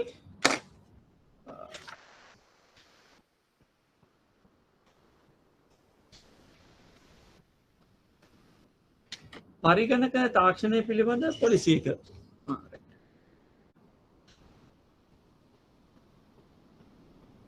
වංචා අවදානම් කළමනාකරණ ප්‍රතිපත්ති හඳුන්වනවා. මම හිතන්නේ මේක අපි කලින් වතාවකත් කතා කරා, අවදානම ගැන කතා කරද්දී. අනිවාර්යයෙන්ම බැංකුව ඇතුලේ වංචාවක් සිද්ධ වෙනවා නම් ඒක හඳුනා ගන්න පුළුවන්, එහෙම නැත්නම් ඒක කළමනාකරණය කර ගන්න පුළුවන් ප්‍රතිපත්තිය. එක්සැම්පල් එකක් විදිහට අද වෙනකොට ඕගොල්ලන්ගේ ඉන්නවා මේ මෙහෙයුම් අවදානම පිළිබඳව විශේෂ නිලධාරියෙක් නේ. බැංකුව ඇතුලේ මෙහෙයුම් අවදානම පිළිබඳ විශේෂ නිලධාරියෙක්. එයාගේ මූලිකම රාජකාරිය තමයි කොහේ හරි තැනක මෙහෙයුම් අවදානමක් සිද්ධ වුණොත්, ඒ කියන්නේ යම්කිසි මෙහෙයුම් කටයුතු වල අඩුපාඩුවක් සිද්ධ වෙලා ඒක අවදානමකට ලක් වෙන්න පුළුවන් තත්ත්වයක් හෝ අවදානමකට ලක් වුණොත් එහෙම එයාට වාර්තා වෙන්න ඕනේ. දැන් උදාහරණයක්, ඔයගොල්ලෝ කවුන්ටරේ මුදල් ගෙවද්දී හවසට මුදල් අඩු වෙනවා. මුදල් අඩු වුණායින් පස්සේ ගොඩක් වෙලාට ඔයගොල්ලෝ කරන්නේ අතින් සල්ලි දාලා බැලන්ස් කරනවානේ. උත්තර දීලා තිබුණේ එහෙමනේ ගොඩක් අය. ඒතර ඒක ඉස්සර ඊට පස්සේ මෙහෙයුම් අවදානමකට හේතු වෙන්න පුළුවන් කාරණාවක් වෙනවා. හේතු වෙන්න පුළුවන් කාරණාවක්. දැන් ඔය වගේ මුදල් නිතර අඩු වෙන එක්කෙනෙක්ව හඳුනා ගත්තොත් එහෙම යම්කිසි වංචා සහගත පුද්ගලයෙක්ට මොන හරි වංචාවක් කරන්න පුළුවන්. ඒක අර ජෙනුවින් කේස් එකක් වෙන්න පුළුවන්. අර කවුන්ටරේ ඉන්න නිලධාරියා මේ අඩුවීම මුදල් අඩුවීම. නමුත් සමහරට යාම හෝ වෙනත් කෙනෙක්ට වංචාවක් කරන්න පුළුවන්. ඒක වාර්තා වෙලා තියෙනවා නම් ඒතර ඒ සම්බන්ධයෙන් අදාළ ක්‍රියාමාර්ග ගන්න පුළුවන්. මොකක්ද ඒක ගන්න පුළුවන් ක්‍රියාමාර්ගය? ඒ නිලධාරියාව පුහුණු කරන්න පුළුවන් නේ. මොකද හේතුව බලලා. ඒකට එයාට වෙනත් ගැටලුවක් තියෙනවා නම් ඒ ගැටලුවෙන් මිදෙන්න අවශ්‍ය ක්‍රියාමාර්ග ගන්න පුළුවන්. වංචා අවදානම් කළමනාකරන ප්‍රතිපත්ති හඳුන්වා දීම. විසිල් බ්ලෝවින් මම අර ඉස්සෙල්ලා කිව්වා වගේ. කොහේ හරි වංචාවක් වෙනවා නම් ඉහළම කළමනාකාරීත්වයට මේක දැනුම් දෙන්න මේ තමයි වෙන්න පුළුවන් වංචාවල්. අභ්‍යන්තර වංචා සේවකයන්ගෙන් වෙන්න පුළුවන් ඒවා අහරයි අපි මෙතන නියම. බාහිර වංචා හැකින් දත්තවලට ඇති තර්ජන වංචා කිරීම. එතන මේ ඇවිල්ලා පරිගණක පද්ධතිය නිසා වෙන්න පුළුවන් වංචාවන්. පරිගණක පද්ධතිය නිසා වෙන්න පුළුවන් වංචාවන්. මේක වළක්වා ගන්නේ කොහොමද? දැන් අභ්‍යන්තර වංචාව වළක්වා ගන්න පුළුවන් වංචා අවදානම් කළමනාකරන ප්‍රතිපත්ති හඳුන්වා දීම, විසිල් බ්ලෝවින් ක්‍රමවේදයන්, ද්වන්ද පාලනය, අභ්‍යන්තර විගණනය, අනුකූලතාවය, ඒ වගේ දේවල් වලින් ඊළඟට ගනුදෙනු අනුමත සීමාවන් මේවෙන් පුළුවන් මෙන්න මේ අභ්‍යන්තර වංචා කියන ඒවා සේවක පුරුදු සහ සේවක ආරක්ෂාව ඒ වගේ දේවල් වළක්වා ගන්න. මේ අභ්‍යන්තර වංචා සේවක පුරුදු සහ සේවක ආරක්ෂාව වළක්වා ගන්න පුළුවන් මේ පළවෙනි හතරෙන්. බාහිර වංචා හැකින්. හරි. දත්තවලට තර්ජන වංචා කිරීම. ඒතර ඒවා වළක්වා ගන්න පුළුවන් අපිට පරිගණක වෛරස් වලින් ආරක්ෂා වීම, ෆයර්වෝල්, අවදානම් විමසීමේ ක්‍රමවේද, ඒ වගේ දේවල් වලින් පුළුවන්. ඒතර පරිගණක පද්ධතිය සම්බන්ධයෙන් මොන වගේ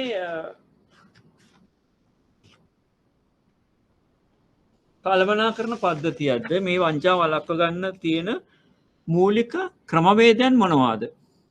මේ කියපු වෛරස් වලින් ආරක්ෂා කිරීමම ප්‍රමාණවත් නැහැ. හරි? වෛරස් වලින් ආරක්ෂා කිරීමම ප්‍රමාණවත් නැහැ. ඊළඟට අවදානම් විමසීමේ ක්‍රමවේද තියෙන්න ඕන. මේ බාහිර වංචා වලින් ආරක්ෂා වෙන්න නම්. එතන මොනවද පරිගණක ආශ්‍රිතව, තොරතුරු ආශ්‍රිතව, දත්ත ආශ්‍රිතව වෙන්න පුළුවන් වංචා? අද සියලු දේවල් පද්ධතිගත කරලා තියෙන්නේ. බැංකුවේ සියලු දේවල් පරිගණක පද්ධතිය වල තියෙන්නේ. එහෙනම් අනිවාර්යයෙන්ම වංචා වෙන්න පුළුවන් හැකියාවත් වැඩි.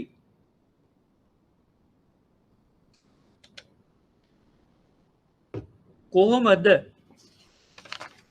ඕගොල්ලන්ගේ බැංකුවල මේ වංචාවන් පරිගණක ආශ්‍රිතව වෙන්න පුළුවන් වංචාවන් වළක්වා ගන්න තියෙන ක්‍රමවේදයන්? එකක් තමයි ඔය ෆයර්වෝල්, වෛරස් ගාඩ් එහෙම දාන එක. ඒතකොට එළියෙන් එන්න පුළුවන්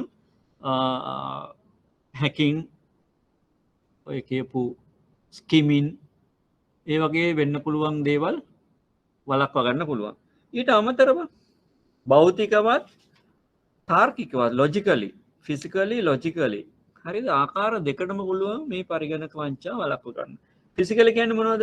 දැන් බැංකුවේ ඇතුලේ පරිගණක පද්ධතිය තියෙන කාමරේ ආරක්ෂාව. ඒතකොට මේ කාමරේ ඔහි ඇරලා දාලා තියන්නේ නැතුව ඒවා ලොක් කරලා, ඊළඟට පරිගණක පද්ධතියට ඇතුළත් වීමට තියෙන පාස්වර්ඩ්ස්, right? ඒ වගේම අදාළ ඩොකියුමන්ට්ස්, දැන් මොනවා හරි ඩොකියුමන්ට් එකක් තියෙනවා නම් ඒ ඩොකියුමන්ට් එක මේස උඩ තියලම යන්නේ නැතුව ඒවා අවශ්‍ය නම් ඩුවල් කන්ට්‍රෝල් දාන්න ඕන මේ පරිගණක පද්ධති වලට අදාළ ලේඛන. ඒ වගේම පද්ධති වලට පිවිසීමට කාමර වලට ඒ යන්ත්‍ර සූත්‍ර භාවිතා කරන්න ඒ වගේ දේවල් සීමා කරන්න ඕන. එතකොට ඒවා දන්න අය විතරයි කරන්නේ. අනිත් පැත්තෙන් ඕගොල්ලෝ ගිහිල්ලා බැංකුවේ ෆෝන් charge කරනවානේ.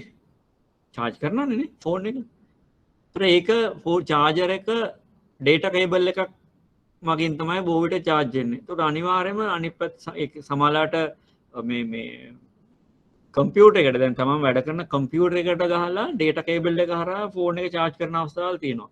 ඒකේ අනිත් පැත්තටම ඕගොල්ලන්ගේ ෆෝන් එකේ තියෙන වෛරස් ඒවා මේවා යන්න පුළුවන් මේ පද්ධතියට. එහෙනම් අනිවාර්යයෙන්ම බැංකුවේ ඒ පරිගණක පද්ධතියට පෞද්ගලික බාහිර වෙනත් කිසිම උපාංගයක් භාවිතා කිරීමට අවසර නොදිය යුතුයි. පෙන් ඩ්‍රයිවර්ස්, ෆෝන් චාර්ජර්ස් කිසිම දෙයක් කරන්න අවසර දෙන්න බෑ. ඒවා වෙනවනේ මොනතරම් සිද්ධ වෙනවද? ඒවා තමයි ෆිසිකලි කරන්න පුළුවන් මේ. දැන් සමහරවිට වෙන අමතර ලැප්ටොප් ටැබ්ස් අරගෙන ගිහිල්ලා පරිගණක පද්ධතිය හා බැංකුවේ පරිගණක පද්ධතිය හා සම්බන්ධ වෙලා වැඩ කරන්න. ඒ වගේම මේ ඉන්ටර්නෙට් බේස් ඊමේල් Gmail උදා ඔයගොල්ලෝ වැඩ කරන පද්ධතිය වල ඒව හදාගෙන ඇති. ඉන්ටර්නෙට් බේස් ඊමේල් එකක් තමයි Gmail කියන්නේ. නේ?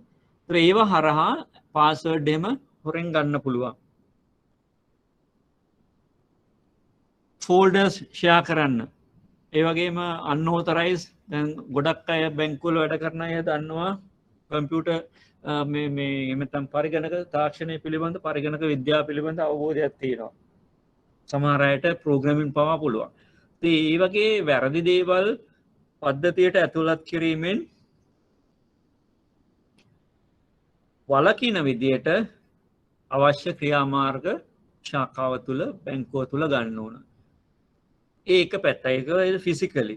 ලොජිකලි අපිට පුළුවන් ID passwords නේ අර කියපු අනුමත සීමාවන් පවත්වාගෙන යාම, අවදානම් දරිය හැකි සීමාවන් පවත්වාගෙන යාම. ඊළඟට screen servers log out screen lock කරන්න. දැන් සමහර ලාවට ඔයගොල්ලෝ ස්ක්‍රීන් එකේ ඉඳලා එහෙමම නැගිටලා යනවා. ඒකට වැරදි පුද්ගලයෙක්ට පුළුවන් මේ ස්ක්‍රීන් එක භාවිතා කරලා වැරද්දක් කරන්න. ඒකට ලොග් අවුට් වෙනකොට යම්කිසි කාලයකදී ටක් ගාලා මේක ඔටෝ ස්ක්‍රීන් එක ලොක් වෙන්න හදන්න පුළුවන්. වෛරස් ගාඩ් රෙගියුලර් බෑකප්ස් ගන්න ඕන.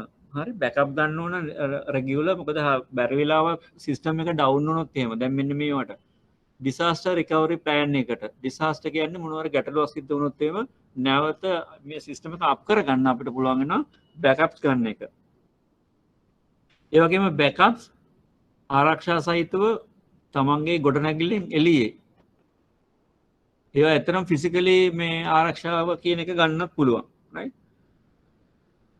මෙන්න මේ වගේ ගොඩක් දේවල් තියෙනවා පරිගණක පද්ධතිය ආරක්ෂා කරගන්න. ඕගොල්ලන්ගේ බැංකුවට ආපහු ගිහිල්ලා බලන්න මේ පොලිසි එකක් තොරතුරු වල ආරක්ෂාව සම්බන්ධයෙන් ප්‍රතිපත්තියක්.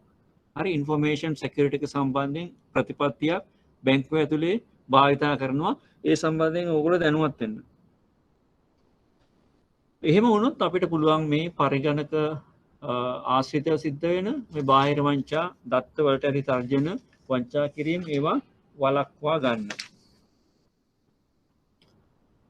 ඊළඟට වෙළඳපොළ පරිචයන් මාකට් මැනිපියුලේෂන් ඒවා ගොඩක් වෙලාවට සාමාන්‍යයෙන් බැංකු ඔපරේෂන්ස් වල සිද්ධ වෙන්නේ නැහැ. සමහරවිට ඔය ට්‍රෙෂරි ඩිපාර්ට්මන්ට් එකේ ට්‍රෙෂරි ඩිවිෂන් එකේ වෙළඳපොළ සම්බන්ධයෙන් මනි මාකට් එකට සම්බන්ධ වෙන අවස්ථාවලදී වෙන්න පුළුවන් වැරදි වෙන්න පුළුවන්. හරි මනි මාකට් එක සම්බන්ධ සාමාන්‍ය බ්‍රාන්චස් වලදී ඕක සිද්ධ වෙන්නේ නැහැ.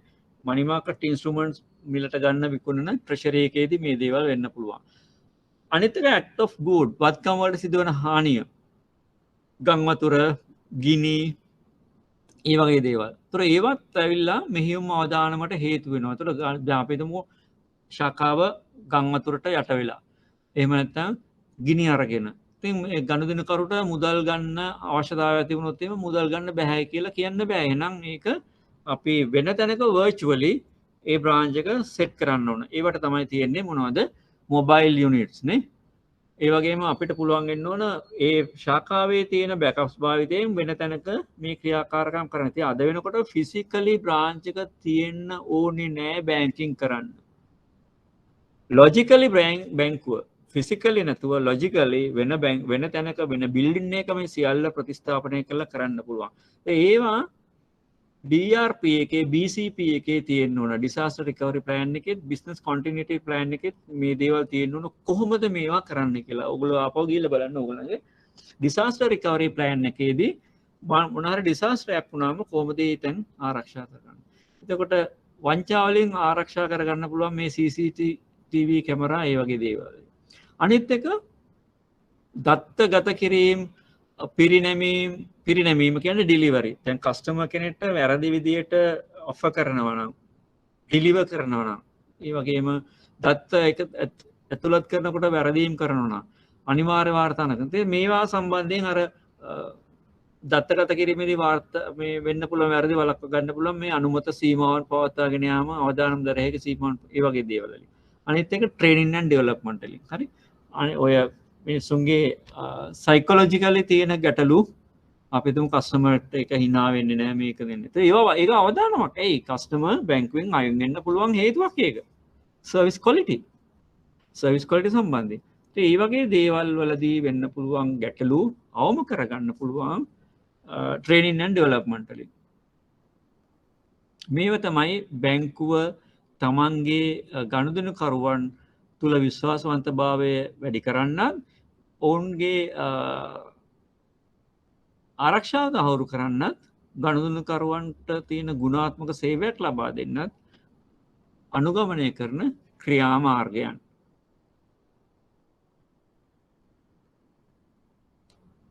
අපි බලමු ප්‍රශ්න පත්‍ර මේ එදා මම සාකච්ඡා කරගෙන ගියේ 2019 සැප්තැම්බර් එකනේ. දෙවෙනි ප්‍රශ්නේ. දෙවෙනි ප්‍රශ්නේ 1 2 2 සාකච්ඡා කරා. හරි.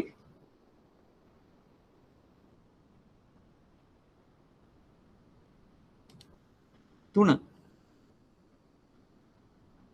නිලුම් මහත්මිය සෙෆ්ට් එක හරහා යවනවලු මේ පැවරුමක්. ඒක යවුවෙන් පස්සේ මේ පැවරුම් ගණනාවක් කරලා තියෙනවා. දින අවසානයේදී වරද සොයාගත්ත අතර මෙහෙයුම් භාර නිලධාරියා ලෙස මේ සම්බන්ධයෙන් ක්‍රියා කරන්නේ කොහොමද කියලා අහනවා. ඒතර මේක මේ කාටද වරදින්නේ නැත්තේ?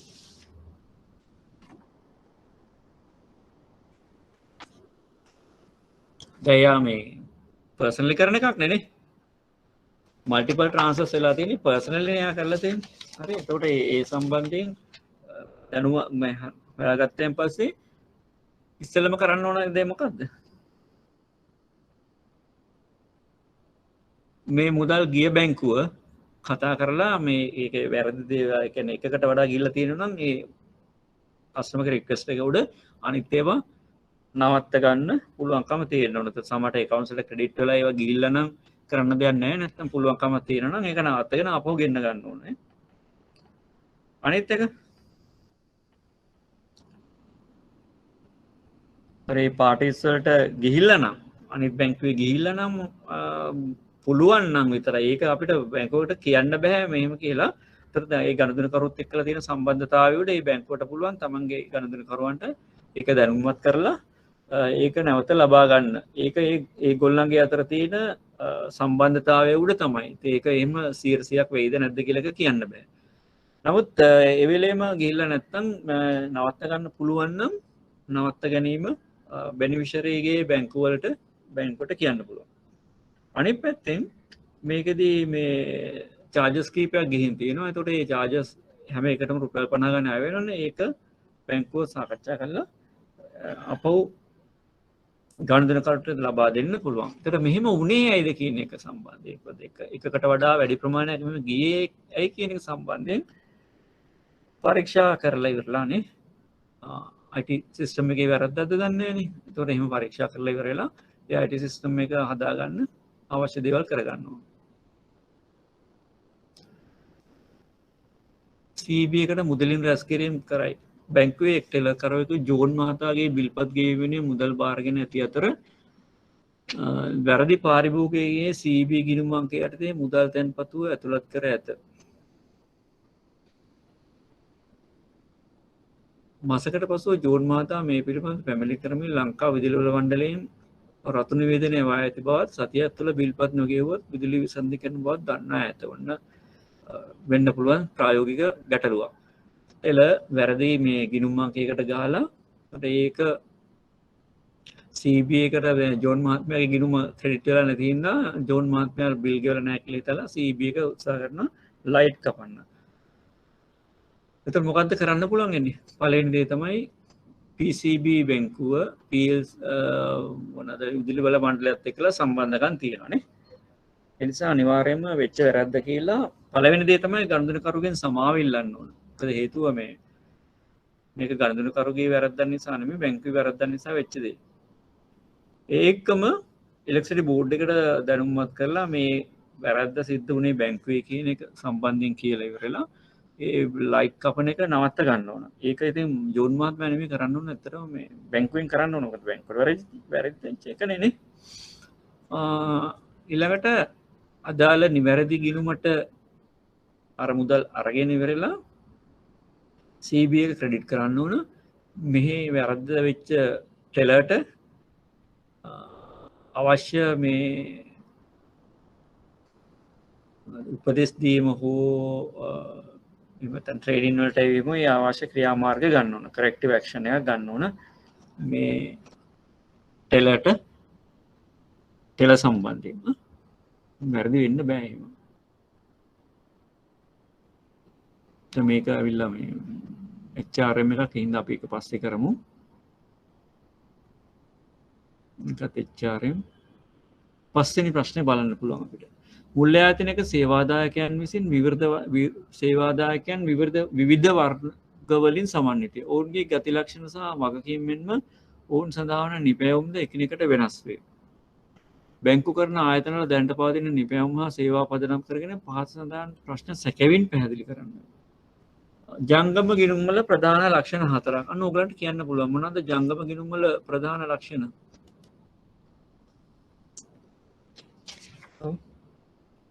ජංගම ගිණුම් වල ප්‍රධාන ලක්ෂණ මොනවද?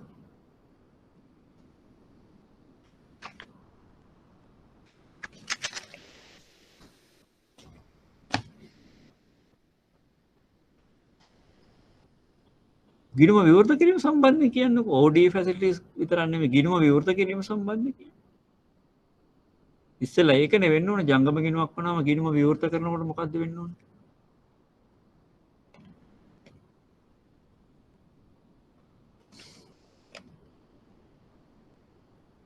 හඳුන්වා දීමක් අවශ්‍ය වෙනවා. ඊළඟට චෙක් පත් වලින් ගනුදෙනු කරන්න පුළුවන් නේ. ඒ වගේම මේ අවමශේෂයක් ආරම්භක මේ ශේෂයක් තියෙන්න ඕනේ. මිනිමම් ඩිපොසිට් එකක් තියෙන්න ඕනේ ජංගම ගිණුමක් අරින්න. right? ඒ වගේම අවමශේෂයක් පවත්වාගෙන යන්න ඕන. ගිණුමට පොලියක් ගෙවන්නේ නැහැ. බැලන්ස් එකට පොලියක් ගෙවන්නේ නැහැ. චෙක් තැන්පතු බාර ගන්නවා. අන්තිමට අර කිව්වා වගේ ගිණුමේ ශේෂය ඉක්මවා ගිණුමට චෙක්පත් නිකුත් කරන්න පුළුවන්. ඒව තමයි ප්‍රධාන ලක්ෂණ හතරක්. ව්‍යාපාරික ඒකයන්ගේ නෛතික තත්ත්වයන් ලීගල් ස්ටේටස් අනුව පවත්වාගෙන යා හැකි ගිණුම් වර්ග හතරක්. මම කතා කරන්නේ තනි පුද්ගල ගිණුම්, බද්ධ ගිණුම්, තනි ව්‍යාපාර ගිණුම්, හවුල් ව්‍යාපාර ගිණුම්, සමාගම් ගිණුම්, බාහිර ගිණුම්. ඒව තමයි මේ ලීගල් ස්ටේටස්. ඊළඟට මයින ගිණුම්, සමුපකාර ගිණුම්, රජයේ ගිණුම්, ඒ වගේ හතරක් යනවා. සුළු හා මධ්‍ය පරිමාණ ව්‍යවසායක කටයුතු සඳහා ණය පහසුකම් මාර්ග. මොනවද SME වලට දෙන්න පුළුවන් ණය?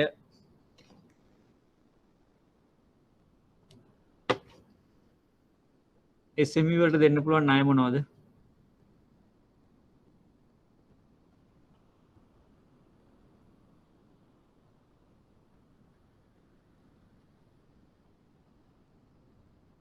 Packing credit. ඒ එක්ස්පෝර්ට් කරන කෙනෙක් නම් STL කෑෂ් මාජින් ලෝන්. හරි. කෑෂ් මාජින් නම් ඉතින් මොනවද? තමන්ගේ තල්ලි වලින් ගන්නේවනේ. අයි දැන් අයිරා ඕවර්ඩ්‍රාෆ්ට් දෙන්න පුළුවන්. හරි. ඊළඟට කෙටි කාලීන ණය, දිගු කාලීන ණය, රීෆිනෑන්ස් ලෝන්. හරි. import exports වුණ අර කිය වගේ pack and credit, bill discounting, right? Bill discounting, leasing,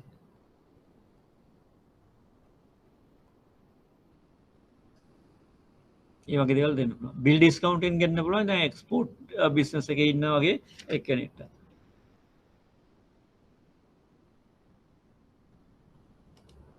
සේවාදායකයන්ගේ පොලිපයුම් ලබා ගැනීමට බැංකුවලට සම්පාදනය කළ හැකි සේවා ක්‍රම 4ක්. ඒ කියන්නේ ගනුදෙනුකරු බැංකුවට පොලියක් ගෙවන නිමවුම් මොනවාද කියන එක තමයි මේ අනිත් පැත්තට අහන්නේ. බැංකුවට ගනුදෙනුකරු විසින් පොලිය ගෙවනවා. සේවාදායකයන්ගෙන් පොලිපය. මේ අහන්නේ ණය නිමවුම් මොනවද කියන එක. මොනවද තියෙන ණය නිමවුම්? අයිරා නේ? ණය. leasing, bills purchase, foreign currency loan, money market loan, credit cards වගේ දේවල්. ණය නිමවුම් වර්ග 4ක් තමයි. ඒ වගේම මේ housing loans, personal loans.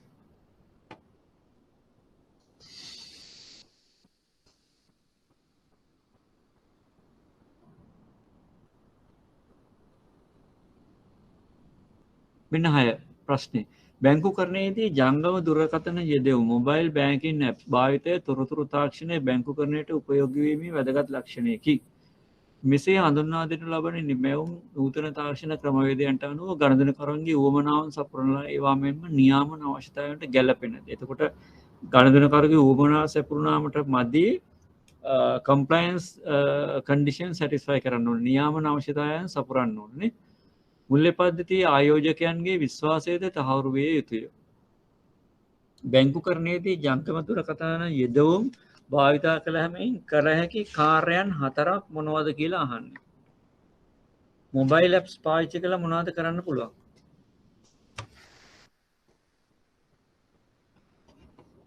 ඔව් මොබයිල් ඇප්ස් පාවිච්චි කළා fund transfer, bill payment, balance check නේ, ශේෂය පරීක්ෂා කිරීම,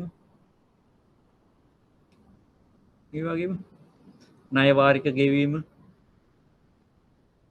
මිනි ස්ටේට්මන්ට්, ක්‍රෙඩිට් කාඩ් පත්වලට ගෙවීම, ණය වාරික ගෙවීම, පාස්වර්ඩ් වෙනස් කරගන්න ඒවා, ඒ වගේ දේවල් කරන්න පුළුවන්. ජංගම දුරකථන යෙදවුම් භාවිතා කිරීමෙන් ගනුදෙනුකරුවන්ට සැලසෙන වාසි මොනවාද? මම ඉස්සෙල්ලත් කතා කරා. ඇප්ස් වලින් මොනවද තියෙන වාසි? convenient. පහසුව වැඩි වෙනවා. එතකොට 365 වැඩි කිරීම නැත්නම් 24 වැඩි කිරීම 7 නේ. 24 වැඩි කිරීම 7. ඒ කියන්නේ දවසේ සම්පූර්ණ කාලයෙන් පාවිච්චි කරන්න පුළුවන්. ඉතා අඩු කාලයක් යන්නේ.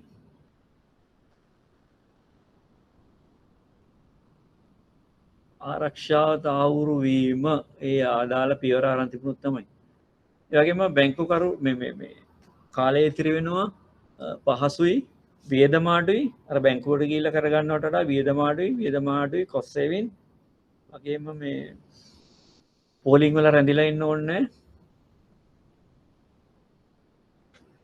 වේගවත් බව ක්වික් හරි වේගවත් ෆෝර්ම පුරවන්න දෙයක් නෑ නේද? ඒ වගේ ගොඩක් පහසුකම් තියෙනවා.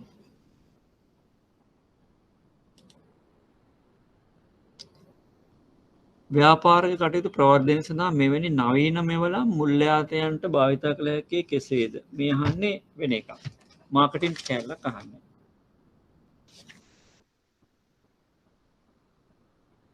ඔව්. ව්‍යාපාර කටයුතු ප්‍රවර්ධනයට කොහොමද භාවිතා කරන්නේ මේ බැංකින් ඇප්ස්?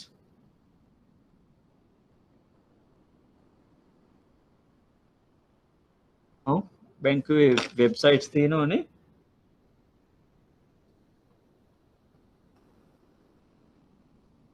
වෙබ්සයිට් තියෙනවා, සෝෂල් මීඩියා තියෙනවා. එතකොට කොහොමද මේ සෝෂල් මීඩියා වල වෙබ්සයිට්ස් වල ප්‍රොමෝෂන් පාවිච්චි කරන්න පුළුවන්? ඒකේ වාසි මොනවාද? ප්‍රොමෝෂන්ස් කියන්නේ වාසි මොනවාද තියෙන්නේ? අය තුන මොකද්ද?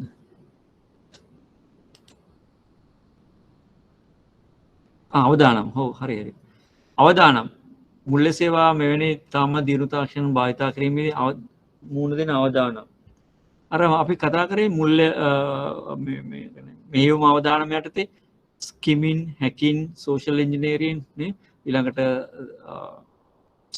හැක් කරනවා කියන්නේ වෙනත් බාහිර පුද්ගලයෙක් පද්ධතියට ඇතුල් වෙනවා ස්කිමින් කියන්නේ කුඩා උපකරණයක් ඔය ATM වල වගේ අයි කරලා ඒ අදාළ තොරතුරු සොරා ගන්නවා ඊළඟට පරිගණක වෛරස් මැල්වෙයා අන්න ඒවා නිසා තොරතුරු හානි වෙනවා අනිත් පැත්තෙන් කොමියුනිකේෂන් ෆේලියර්ස් පවර් ෆේලියර්ස් ඒවා නිසා පද්ධතිය වැඩ කරන්නේ නැති වෙනවා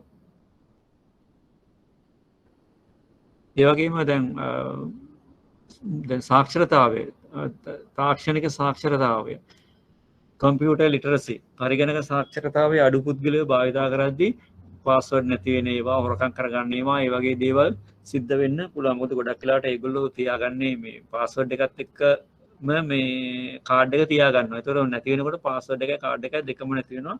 යම් පුද්ගලයෙක්ට ගන්න පුළුවන්. මෙන්න මේ දේවල් තමයි වෙන්න පුළුවන් අවදානම් අපිව කතා කරා. ඒතර ඊළඟ හතරවෙනි එකෙන් අහන්නේ මොනවාද මේ මොනවාද මේ ටෙක්නොලොජි පාවිච්චි කරලා කරන්න පුළුවන් ප්‍රමෝෂන් මොනවද ඇඩ්වර්ටයිස්මන්ට් මොනවද මේ එහෙම නැත්නම් ඒක පාවිච්චි කරන්නේ කොහොමද මොනවාද ඒකේ තියෙන වාසි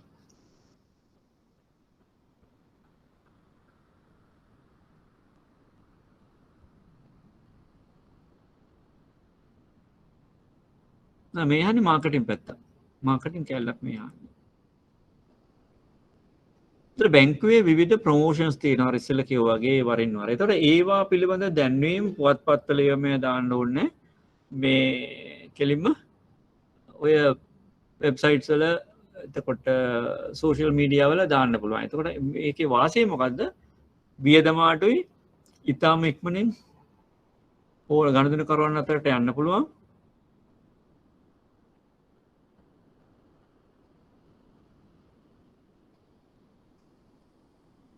ගොඩක් ගණදෙනු කරවන්ට ආමන්ත්‍රණය කරන්න පුළුවන් නේ අනිත් එක වැදගත්ම දේ තමයි මොකද්ද ෆීඩ්බැක් එක ගන්න පුළුවන් මොකද ගණදෙනු කරු දැන් පුවත්පත්වල දැම්මත් රූපවාහිනී වල දැම්මත් වෙනත් ඒවායි දැම්මත් කිසිම වෙලාවක ගණදෙනු කරුගේ ෆීඩ්බැක් එක ගන්න බෑ ගණදෙනු කරු මේ සම්බන්ධයෙන් මොකද්ද එයාගේ ෆීඩ්බැක් එක මේක තමයි එකම මීඩියා එක ගණදන කරුත් එක්කලා ඉන්ටරක්ෂන්ස් තියෙන සම්බන්ධකම් තියෙන සහ මේ කරපු දේ පිළිබඳ ගණදනකරුගේ ප්‍රතිචාරය මොකක්ද කියලා ඉක්මනින් බලාගන්න පුළුවන් එක තමයි මේ සෝෂල් මීඩියා එහෙම නැත්නම් ටෙක්නොලොජි භාවිතා කරන දැනුම්වත් කිරීම. ඒක තමයි වැදගත්ම දේ.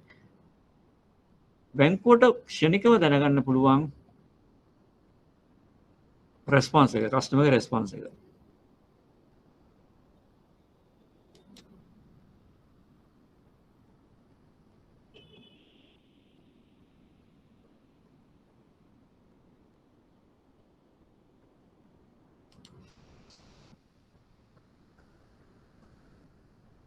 හත්වෙනි ප්‍රශ්නෙත් අපිට සාකච්ඡා කරන්න පුළුවන්.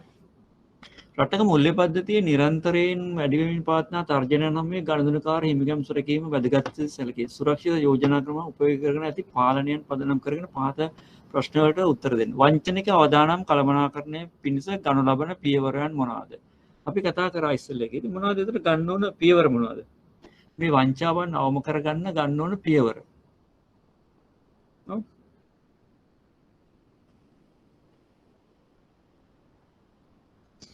වංචා අවදානම් කළමනාකරන ප්‍රතිපත්තිය කලින් හැන්ඩ් එක තිබුණේ වංචා අවදානම් කළමනාකරන ප්‍රතිපත්තිය. දැන් ඒ කියන්නේ වංචාවක් අනාවරණ වුණාම වහම ඒක වාර්තා වෙනවා එක තැනකට. ඒතකොට සීලුම ශාඛාන් වලට ඒක යනවා. නැවත ඒ වගේ වංචාවක් ඇති වෙන්න ඉඩ දෙන්නේ නැහැ. අන්න ඒ වගේ ඊට පස්සේ වංචාව සම්බන්ධයෙන් අවශ්‍ය කටයුතු කරනවා. ඒ දේවල්. ඊළඟට ද්වන්ද පාලන ප්‍රතිපත්තිනේ විසිල් බ්ලෝවින් ද්වන්ද පාලනය. ඒ වගේම ඔය කියපු ගනුදෙනු සීමාවන් අවදානම් දැරිය හැකි සීමාවන් ඒවා පවත්වාගෙන යාම. අනිත් එක ඔඩිට් එක මොකක්ද විගණනය අන්න විගණනය සම්බන්ධය පොඩ්ඩක් කතා කරන්න ඕන මට ඉස්සෙල්ල එකේ කතා කරන්න බැරිම විගණනය ශාකාවල විගණනය ආකාර කීයකින් කරනවාද ශාකාවල විගණනය ආකාර කීයකින් කරනවාද ඕ දෙකයි මොනවාදේ දෙක මොනවද දෙක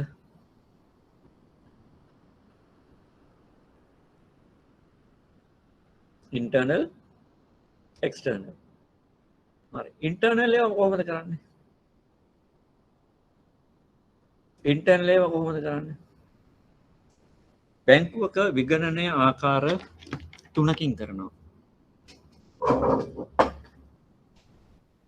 එහෙම නැත්නම් 4කින් කරනවා සමහරවිට පළවෙනි එක තමයි මාර්ගස්ථ විගණනය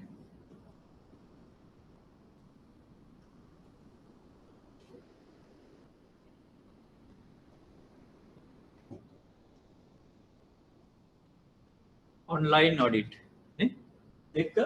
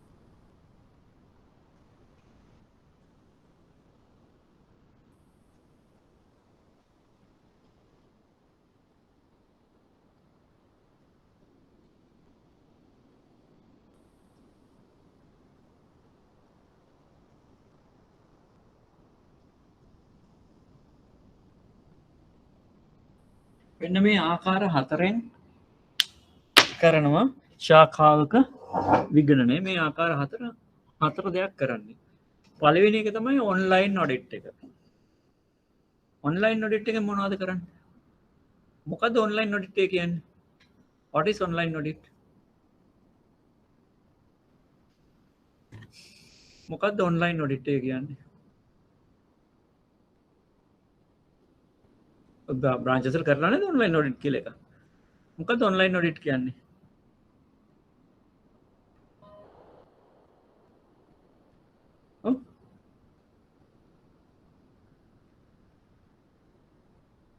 online audit checking paperwork නෑ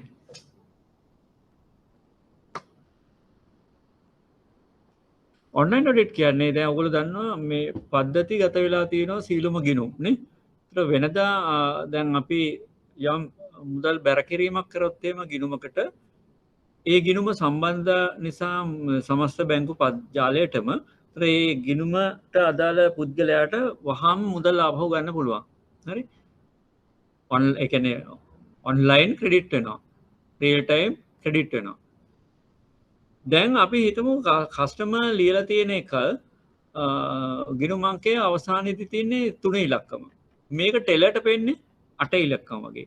ඒතර මෙයා ගහනවා 8 ඉලක්කම ගැව්වාම ඒ කියන්නේ වැරදි ගිණුමකට. ඒතර ඒ ගිය ගමන්ම අදාළ ගිණුමේ පුද්ගලයාට මුදල් අරන් යන්න පුළුවන්.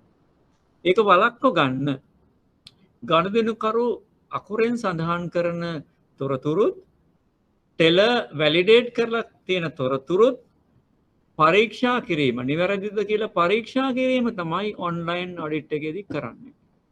හරි? ඒක කිසිම දෙයක් නෙමෙයි. ඔයගොල්ලෝ දන්නවා ගනුදෙනුකරුගේ අතින් ලියපු තොරතුරුත් ටෙල වැලිඩේට් කරපු තොරතුරු දෙක පරීක්ෂා කිරීම තමයි ඔන්ලයින් ඔඩිට් එක කරන්නේ. එතකොට එතනදීම යම් වැරද්දක් වෙලා තියෙනවා නම් අනිවාර්යයෙන් කරන්න පුළුවන්. එහෙනම් ඔන්ලයින් ඔඩිට් එක කරන්න ඕන වෙලාව මොකක්ද? කොයි වෙලාවෙද කරන්න ඕන? අවුවද? ඔන්ලයින් ඔඩිට් එක කරන්න ඕන වෙලාව මොකක්ද? ඔන් ටයිම් කියන්නේ මොන වෙලාවද? වෞචරය පද්ධතිගත කර විගසම ඔන්ලයින් ඔඩිට් එක කරන්න ඕන. එහෙනම් ඉන්ටරෙන් එළියට එනකොටම ඔන්ලයින් ඔඩිට් එක කරන්න ඕන. මොකද නැත්තම් වැලිඩේට් කරපු ගමම්ම ඔන්ලයින් ඔඩිට් එක අතර කාල සීමාව ඉතා කෙටි නම් වෙන්න පුළුවන් වංචාව අඩු කරගන්න පුළුවන්. නමුත් ඉතින් අපිට ප්‍රායෝගිකව තියෙන අපහසුතාවය නිසා ශාඛාවන් එක එක වෙලාවල් හදාගෙන තියෙනවා. විනාඩි 10න් 10ට ඔන්ලයින් ඔඩිට් එක කරන්න, විනාඩි 5න් 5ට. ඉතින් කැමතිද? ටෙල වරද්දන්නේ නැත්නම් අපිට ඔන්ලයින් ඔඩිට් එක කිරීමේ කාල සීමාව පොඩ්ඩක් ඈඩ් කරගන්න පුළුවන්.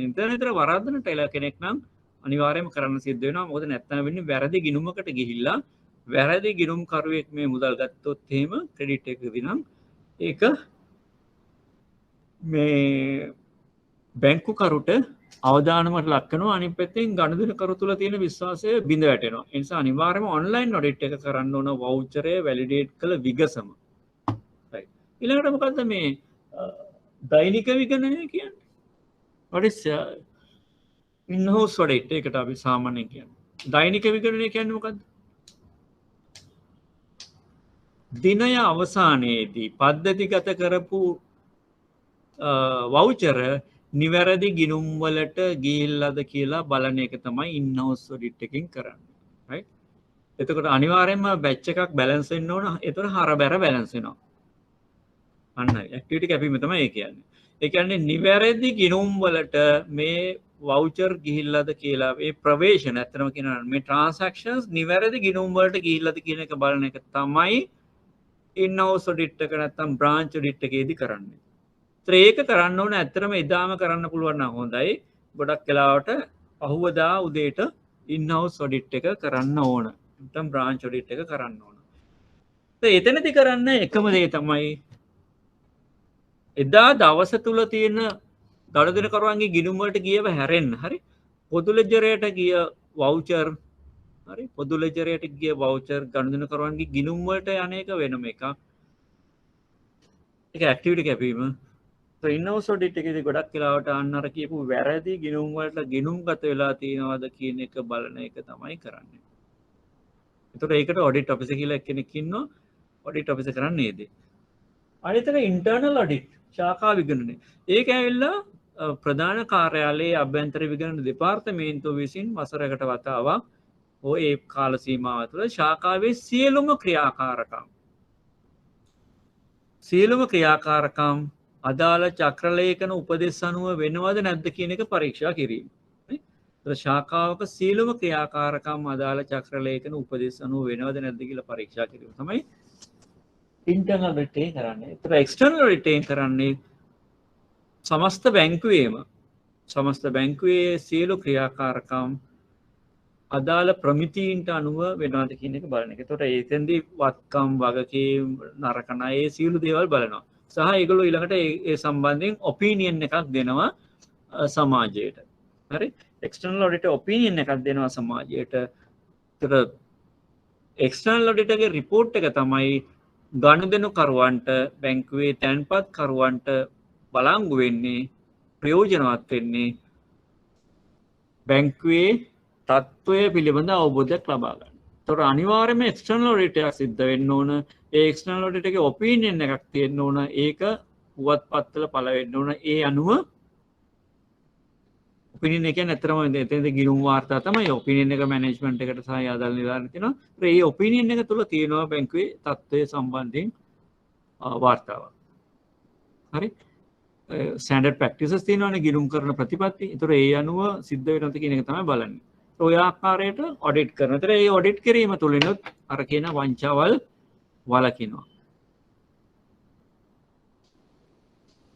මුල්‍ය ආයතන සමග සිය ගනුදෙනු කිරීමේ සිදු කිරීමේදී ගනුදෙනුකරුවන් මුහුණ දෙන අවදානම් මොනවාද? ගනුදෙනුකරුවට මුහුණ දෙන්න තියෙන අවදානම් මොනවද අපි කතා කරන්නේ? පළවෙනි එක තමයි සේවකයන්ගෙන් සිද්ධ වෙන්න පුළුවන් වංචාවල්. ඒකට සේවකයෝ හොරකම් කිරීම. ඒක. ඊළඟට පොලි අනුපාත පහළ යාම නිසා වෙන්න පුළුවන් පොලි ආදායම් ඉපයීම අඩුවීම නේ. එතකොට ඉන්ට්‍රස්ට් ඉන්කම් එක අඩුවීම.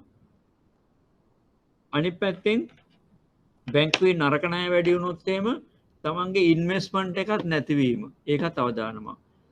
සේවක වංචාවල් නිසා වෙන්න පුළුවන් අවදානම හානි.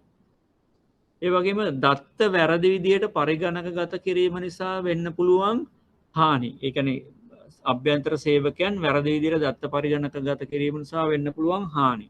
අනිත් පැත්තෙන් වෙන්න පුළුවන් තාක්ෂණය භාවිතා කරන නිසා වෙන්න පුළුවන් බාහිර හානි. ඔය හැකින්, ස්කිමින් ඒ වගේ දේවල්. අනිත් පැත්තෙන් පද්ධති නිසි පරිදි ක්‍රියාත්මක කියන සිස්ටම් ෆේලියර්ස් නේ පද්ධති නිසි පරිදි ක්‍රියාත්මක වී නොවීම නිසා වෙන්න පුළුවන් හානි සහ අර කියපු ඇක්ට් ඔෆ් ගෝඩ්ස් ගින්නෙන් ඒවයි මේවන් බැංකුවට සිදු වෙන හානි නිසා ගනුදෙනුකරුට අනිත් පැත්තේ වෙන්න පුළුවන් හානි ඒවා නියාමන කරු විසින් නිකුත් කර ඇති ගනුදෙනුකාර ප්‍රඥප්තිය අනුව බැංකුව විසින් හඳුනා දී ඇති නිපැවුම් හා සේවාවන් සම්බන්ධ කොන්දේසි සහ නියමයන් 4ක් ලයිස්තුගත කරන්නලු. මම පැහැදිලිවම මේක කස්ටමර් chart එකේ දුන්නා. මොනවද? කොන්දේසි හා නියමයන් යටතේ තියෙන 4ක්.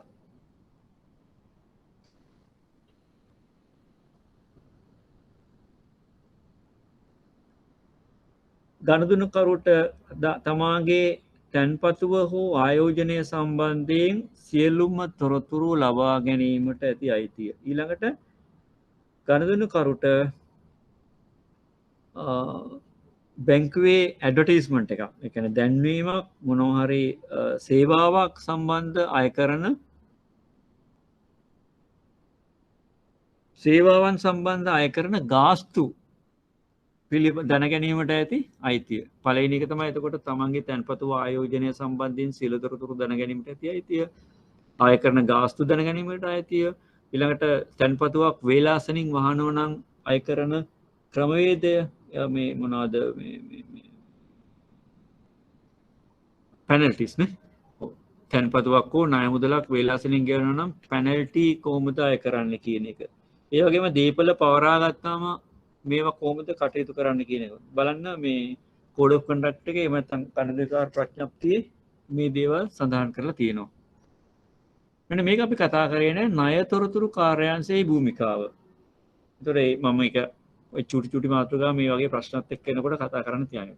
මොකද්ද ණය තොරතුරු කාර්යාංශය කියන්නේ? මොකක්ද ඒකේ භූමිකාව? ක්‍රිබ් එක කියන්නේ මොකද්ද? ක්‍රිබ්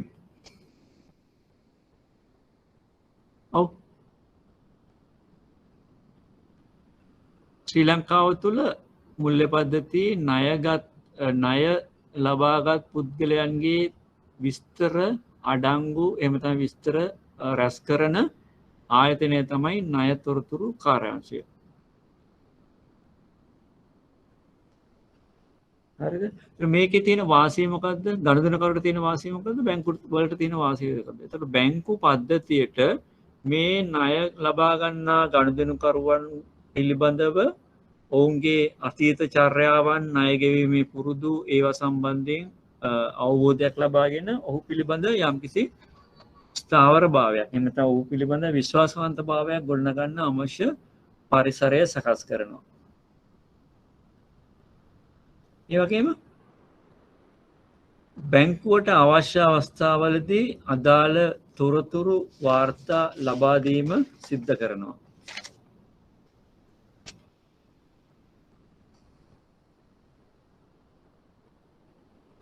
අවශ්‍ය අවස්ථාවලදී ණය ශ්‍රේණිගත කිරීම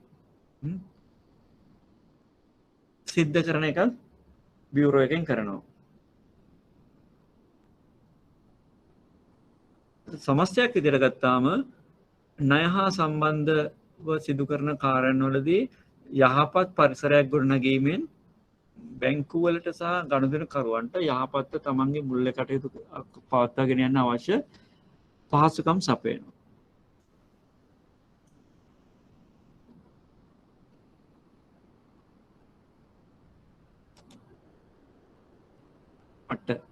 බලන්නකො අපි කරපු ටිකෙන් 7 වෙනි ප්‍රශ්නෙට උත්තර ලියන්න පුළුවන්. මේ 8 වෙනි ප්‍රශ්නෙට පුළුවන් උත්තර ලියන්න. ඊළඟට 6 වෙනි ප්‍රශ්නෙට පුළුවන්. මේකෙදි 5 වෙනි ප්‍රශ්නෙට පුළුවන්. ඒතර ප්‍රශ්න 4යි. ඊට අමතරව පළවෙනි ප්‍රශ්නෙට උත්තර ලිව්වොත් ප්‍රශ්න 5යි. දෙවෙනි ප්‍රශ්නේ common sense වල ලියන්න පුළුවන් එකක් සහ practice එකේ. ඉතින් අපි මේ ප්‍රශ්න පත්‍රයේ ප්‍රශ්න 6කට උත්තර මේ සාකච්ඡා කරලා තියෙනවා මේ දැනට කරපු කොටස් වලින්. අවසාන කොටස 6 වෙනි කොටස මේ 6 වෙනි ප්‍රශ්නේ ඒ කියන්නේ මේ ප්‍රශ්න පත්‍රයේ 8 වෙනි එක නිවාස ණය housing loan සම්බන්ධයෙන් කෙටි විස්තරයක් ලියන්න කියනවා. ඉතින් housing loan කියන්නේ මොකද්ද? පෞද්ගලිකව ගනුදෙනුකරුවන්ට නිවසක් ඉදිකිරීම, මිලට ගැනීම, කොටසක් එකතු කිරීම, ඉඩමක් මිලට ගැනීම නේ අන්න ඒ වගේ අවශ්‍යතාවයන් සඳහා ලබා දෙන ණය මුදල. ඉතින් මේකේ ප්‍රධාන ලක්ෂණය තමයි ණය මුදල දීර්ඝ කාලීනයි. ඒ ලබන ආදායමේ හැටියට තමයි ණය මුදල කාලය තීරණය කරන්නේ. සාපේක්ෂව අඩු පොලි අනුපාතිකයක් අය කරන්නේ. ඒතර මේකේ ගොඩක් වෙලාවට සුරැකමක් විදියට මිලදී ගන්නා නිවස හෝ ඉඩම ඇපයට තියා ගන්නවා. නේ? ඒ වගේම මේකේ වාසියක් තියෙන්නේ බැංකු ගනුදෙනුකරුට වාසියක් තියෙන්නේ ගනුදෙනුකරුට මේ දීපලේ වටිනාකමේ වැඩි ප්‍රතිශතයකට ණය මුදල ලබා ගන්න පුළුවන්. බැංකුකරුට වාසියක් තියෙන්නේ මේක තමයි දීපලක් ඇපයට තියලා තියෙනවා සමහරට පදිංචි නිවස වෙන්න පුළුවන්. බැංකුකරුට මේක ඊටාම සුරක්ෂිත ණය මුදලක් වෙනවා. අනිත් එක දීර්ඝ කාලිනව ආදායම් ලබා දෙන ණය මුදලක් වෙනවා. මෙන්න මේ කරුණු ටික තමයි ලියන්නේ. foreign exchange forward contracts අපි කතා කරන්නේ forward contract ගැන කතා කරා. මොනවාද? ඉදිරියේදී සිදුවීමට නියමිතනේ. ඉදිරියේදී සිදුවීමට නියමිත ගනුදෙනුවක් සම්බන්ධයෙන් වර්තමානයේදී එකඟ වන ගිවිසුමක්. එතන මෙතනදී මුදල් වර්ග දෙකක් තමයි සම්බන්ධ වෙන්නේ ශ්‍රී ලංකා මුදල් සහ අපි දැන් ශ්‍රී ලංකා නම් ශ්‍රී ලංකා මුදල් සහ විදේශ විනිමය. නිශ්චිත කාල සීමාවකදී සිද්ධ වෙනවා. හරි? එතකොට මේකෙදී foreign currency මිල ඉහළ පහළ යෑම නිසා එක් පාර්ශවයකට පාඩුවක් හෝ පාර්ශව දෙකට අනිත් පාර්ශවයට වාසියක් ඇතැම් විට සිද්ධ වෙන්න පුළුවන්. ඉතින් මේක කැන්සල් කරන්න බෑ ෆියුචර් එකක් වුණාම. ඩවුන් පේමන්ට් එක එහෙම නැත්නම් ගාස්තුවක් මේ සම්බන්ධයෙන් ගෙවන්න ඕනේ මතකයි නේද? ගොඩක් වෙලාවට කෙටි කාලීනයි. ආනයන ණය පහසුකම් import loan facilities. ඒතර මේක ලබා දෙන්නේ ආනයන අපනයන ව්‍යාපාරවල යෙදලා ඉන්න පුද්ගලයන්ට විශේෂයෙන්ම ආනයනය කරන. හරිද? එතකොට ගොඩක් වෙලාවට ලබා දෙන්නේ කෙටි කාලීන ණය හේතුව මේ ආනයන වඩු තුග මත තමයි මේ ණය ලබා දෙන්නේ. ඒතර මේක ගොඩක් වෙලාවට අපේ විදියට ගන්නෙ ආනයන කරන ලද භාණ්ඩ තුගය. ඒතර ඒක ලබා දෙන ආකාර තියෙනවානේ ඔඩ පණ ණය විදියට දෙනවා අපි කතා කරා එදා. කෙටි කාලීන ණය විදියට දෙනවා. ආනයන ණය පහසුකම්. ඊළඟට සෙෆ්ට් එක ගැන. සෙෆ්ට් මේක තියෙන්නේ ඉන්ටර්නෙට් බැංකින් බේස් කරගෙන තියෙන මේ අරමුදල් හුවමාරු කිරීමේ ක්‍රමවේදයක් තමයි සෙෆ්ට් එක. ලංකාවේ ඒක තමයි මේක ක්‍රියාත්මක කරන්නේ. බ්‍රෑන්ඩ් නේම් එක තමයි සෙෆ්ට්. රියල් ටයිම් මිලියන් 5ක් වෙනකන් අරමුදල් හුවමාරු කරන්න පුළුවන්. මිලියන් 5කට වඩා වැඩි ඒවා RTGS කරා යන්නේ. මේක සම්බන්ධයෙන් ගාස්තුවක් අය කරනවා නේ ගණදෙනුකරුට තමන්ම ඉනිෂියේට් කරගෙන තමන් විසින්ම මේ මුදල් පැවරුම කරන්න පුළුවන් වෙනත් වාණිජ්‍ය බැංකුවක ගිණුමකට වුණා.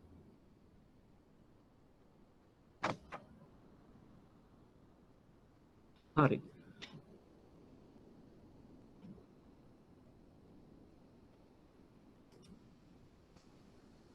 මාර්තු මේ පළවෙනි ප්‍රශ්නේ ටිකක් කතා කරමු අපිට බාධා සිද්ධ වෙච්ච නිසා මේ ටික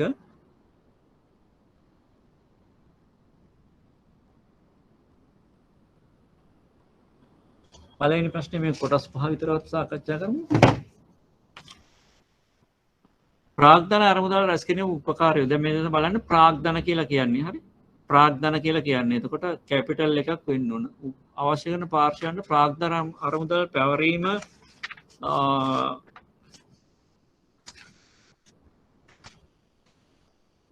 සිදු කරමින් මුල්‍ය අතරමැදිකරණය කරන කවර ඒවාද? කල්බදු කියන්නේ කැපිටල් අයිටම්ස් වලට දෙන වෙනම ණය ක්‍රමයක්, ප්‍රාග්ධනයට නෙමෙයි. හරි? මෙතන උත්තරේ ව්‍යවසායකත්ව ප්‍රාග්ධන වෙන්චර් කැපිටල් මේකෙම තියෙනවා. පෞද්ගලික විදේශ විනිමය ගිණුමකින් මේ ඇවිල්ලා 2009 මාර්තු ගිණුමකින් PCFA කවුන්ටරයක් කරා ආපසු ලබාගත හැකි ව්‍යවහාර මුදල් ප්‍රමාණය මොකක්ද කියලා අහනවා. මම පැහැදිලිවම කිව්වා කවුන්ටරය හරහා විදේශ මුදල් ලබා ගන්න බෑ. න හතරවෙනි එක තමයි උත්තරේ.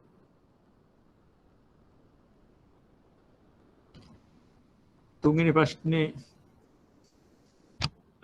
කරලා නැහැ අපි මේ HR එක. හතරවෙනි එක ගන්න. ඉහළ ද්‍රවශීලතාවයකින් යුක්තව බැංකුවක ආයෝජනය කළ හැකි වගකීම් නිමැවුම. ද්‍රවශීලතාවය ඉහළයි.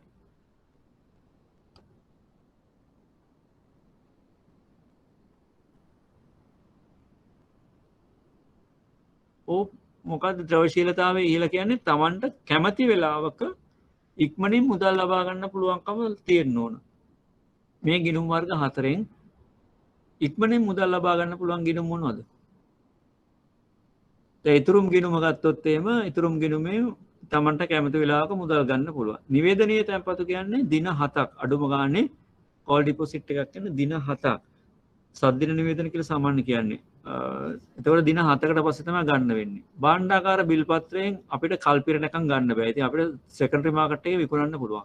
ස්ථාවර තැන්පතුවකින් කල්පිරණකම් ගන්න බෑ. එහෙනම් මෙතනදී ඉක්මනට මුදල් ලබා ගන්න පුළුවන් ද්‍රව්‍යශීලතාව පැත්තෙන් ගත්තොත් ඒක ඉහළම ඉතුරු ගිණුම. දැන් මෙතන තිබ්බනම් ජංගම ගිණුම කියලාත් උත්තරය වෙන්න ඕන. එතනදී ජංගම ගිණුම. සමාජ මේ කියන්නේ කෝපරේට් කස්ටමර්ස්ලාට හොඳයි. කෝපරේට් කස්ටමර්ස්ලාට ප්‍රාග්ධන වියදම් සඳහා ආයෝජනය කළ හැකි ණය නිමැවුම මොකක්ද? ප්‍රාග්ධන වියදම් සඳහා අයිරා වාණිජ්‍ය පත්‍ර දෙකම තියෙන්නේ කාර්ක ප්‍රාග්ධන වියදම් සඳහා. අයිරා වාණිජ්‍ය පත්‍ර මොකද ගොඩක් වෙලාට මාස 3කට අඩු වෙනවා. ආනයන අරමුදල් ණය මුදල් තියෙන්නේ ඉම්පෝර්ට් ලෝන්ස්. ඒවත් ගොඩක් වෙලාට කාලය අඩුයි. එහෙනම් මෙතන තියෙන්නේ ටර්ම් ලෝන්ස් නේ. ටර්ම් ලෝන්ස් තමයි ප්‍රාග්ධන වියදම් සඳහා ආයෝජනය කරන්න පුළුවන් නිමැවුම. හරි. එහෙනම් අපි ඒකේ ඉතුරු කොටස ලබන සතියේ සාකච්ඡා කරමු. ඔයගලන්ට නැවත කියන්න ඕන අගෝස්තු 15 මේ මාසේ 15ට ඉස්සෙල්ලා රෙජිස්ටර් වෙන්න එක්සෑම් එක කරනවා නම් මේ අවුරුද්දේ ඔක්තෝබර් වල එක්සෑම් එක තියෙනවා. එහෙනම් සියලු දෙනාටම ස්තුතියි.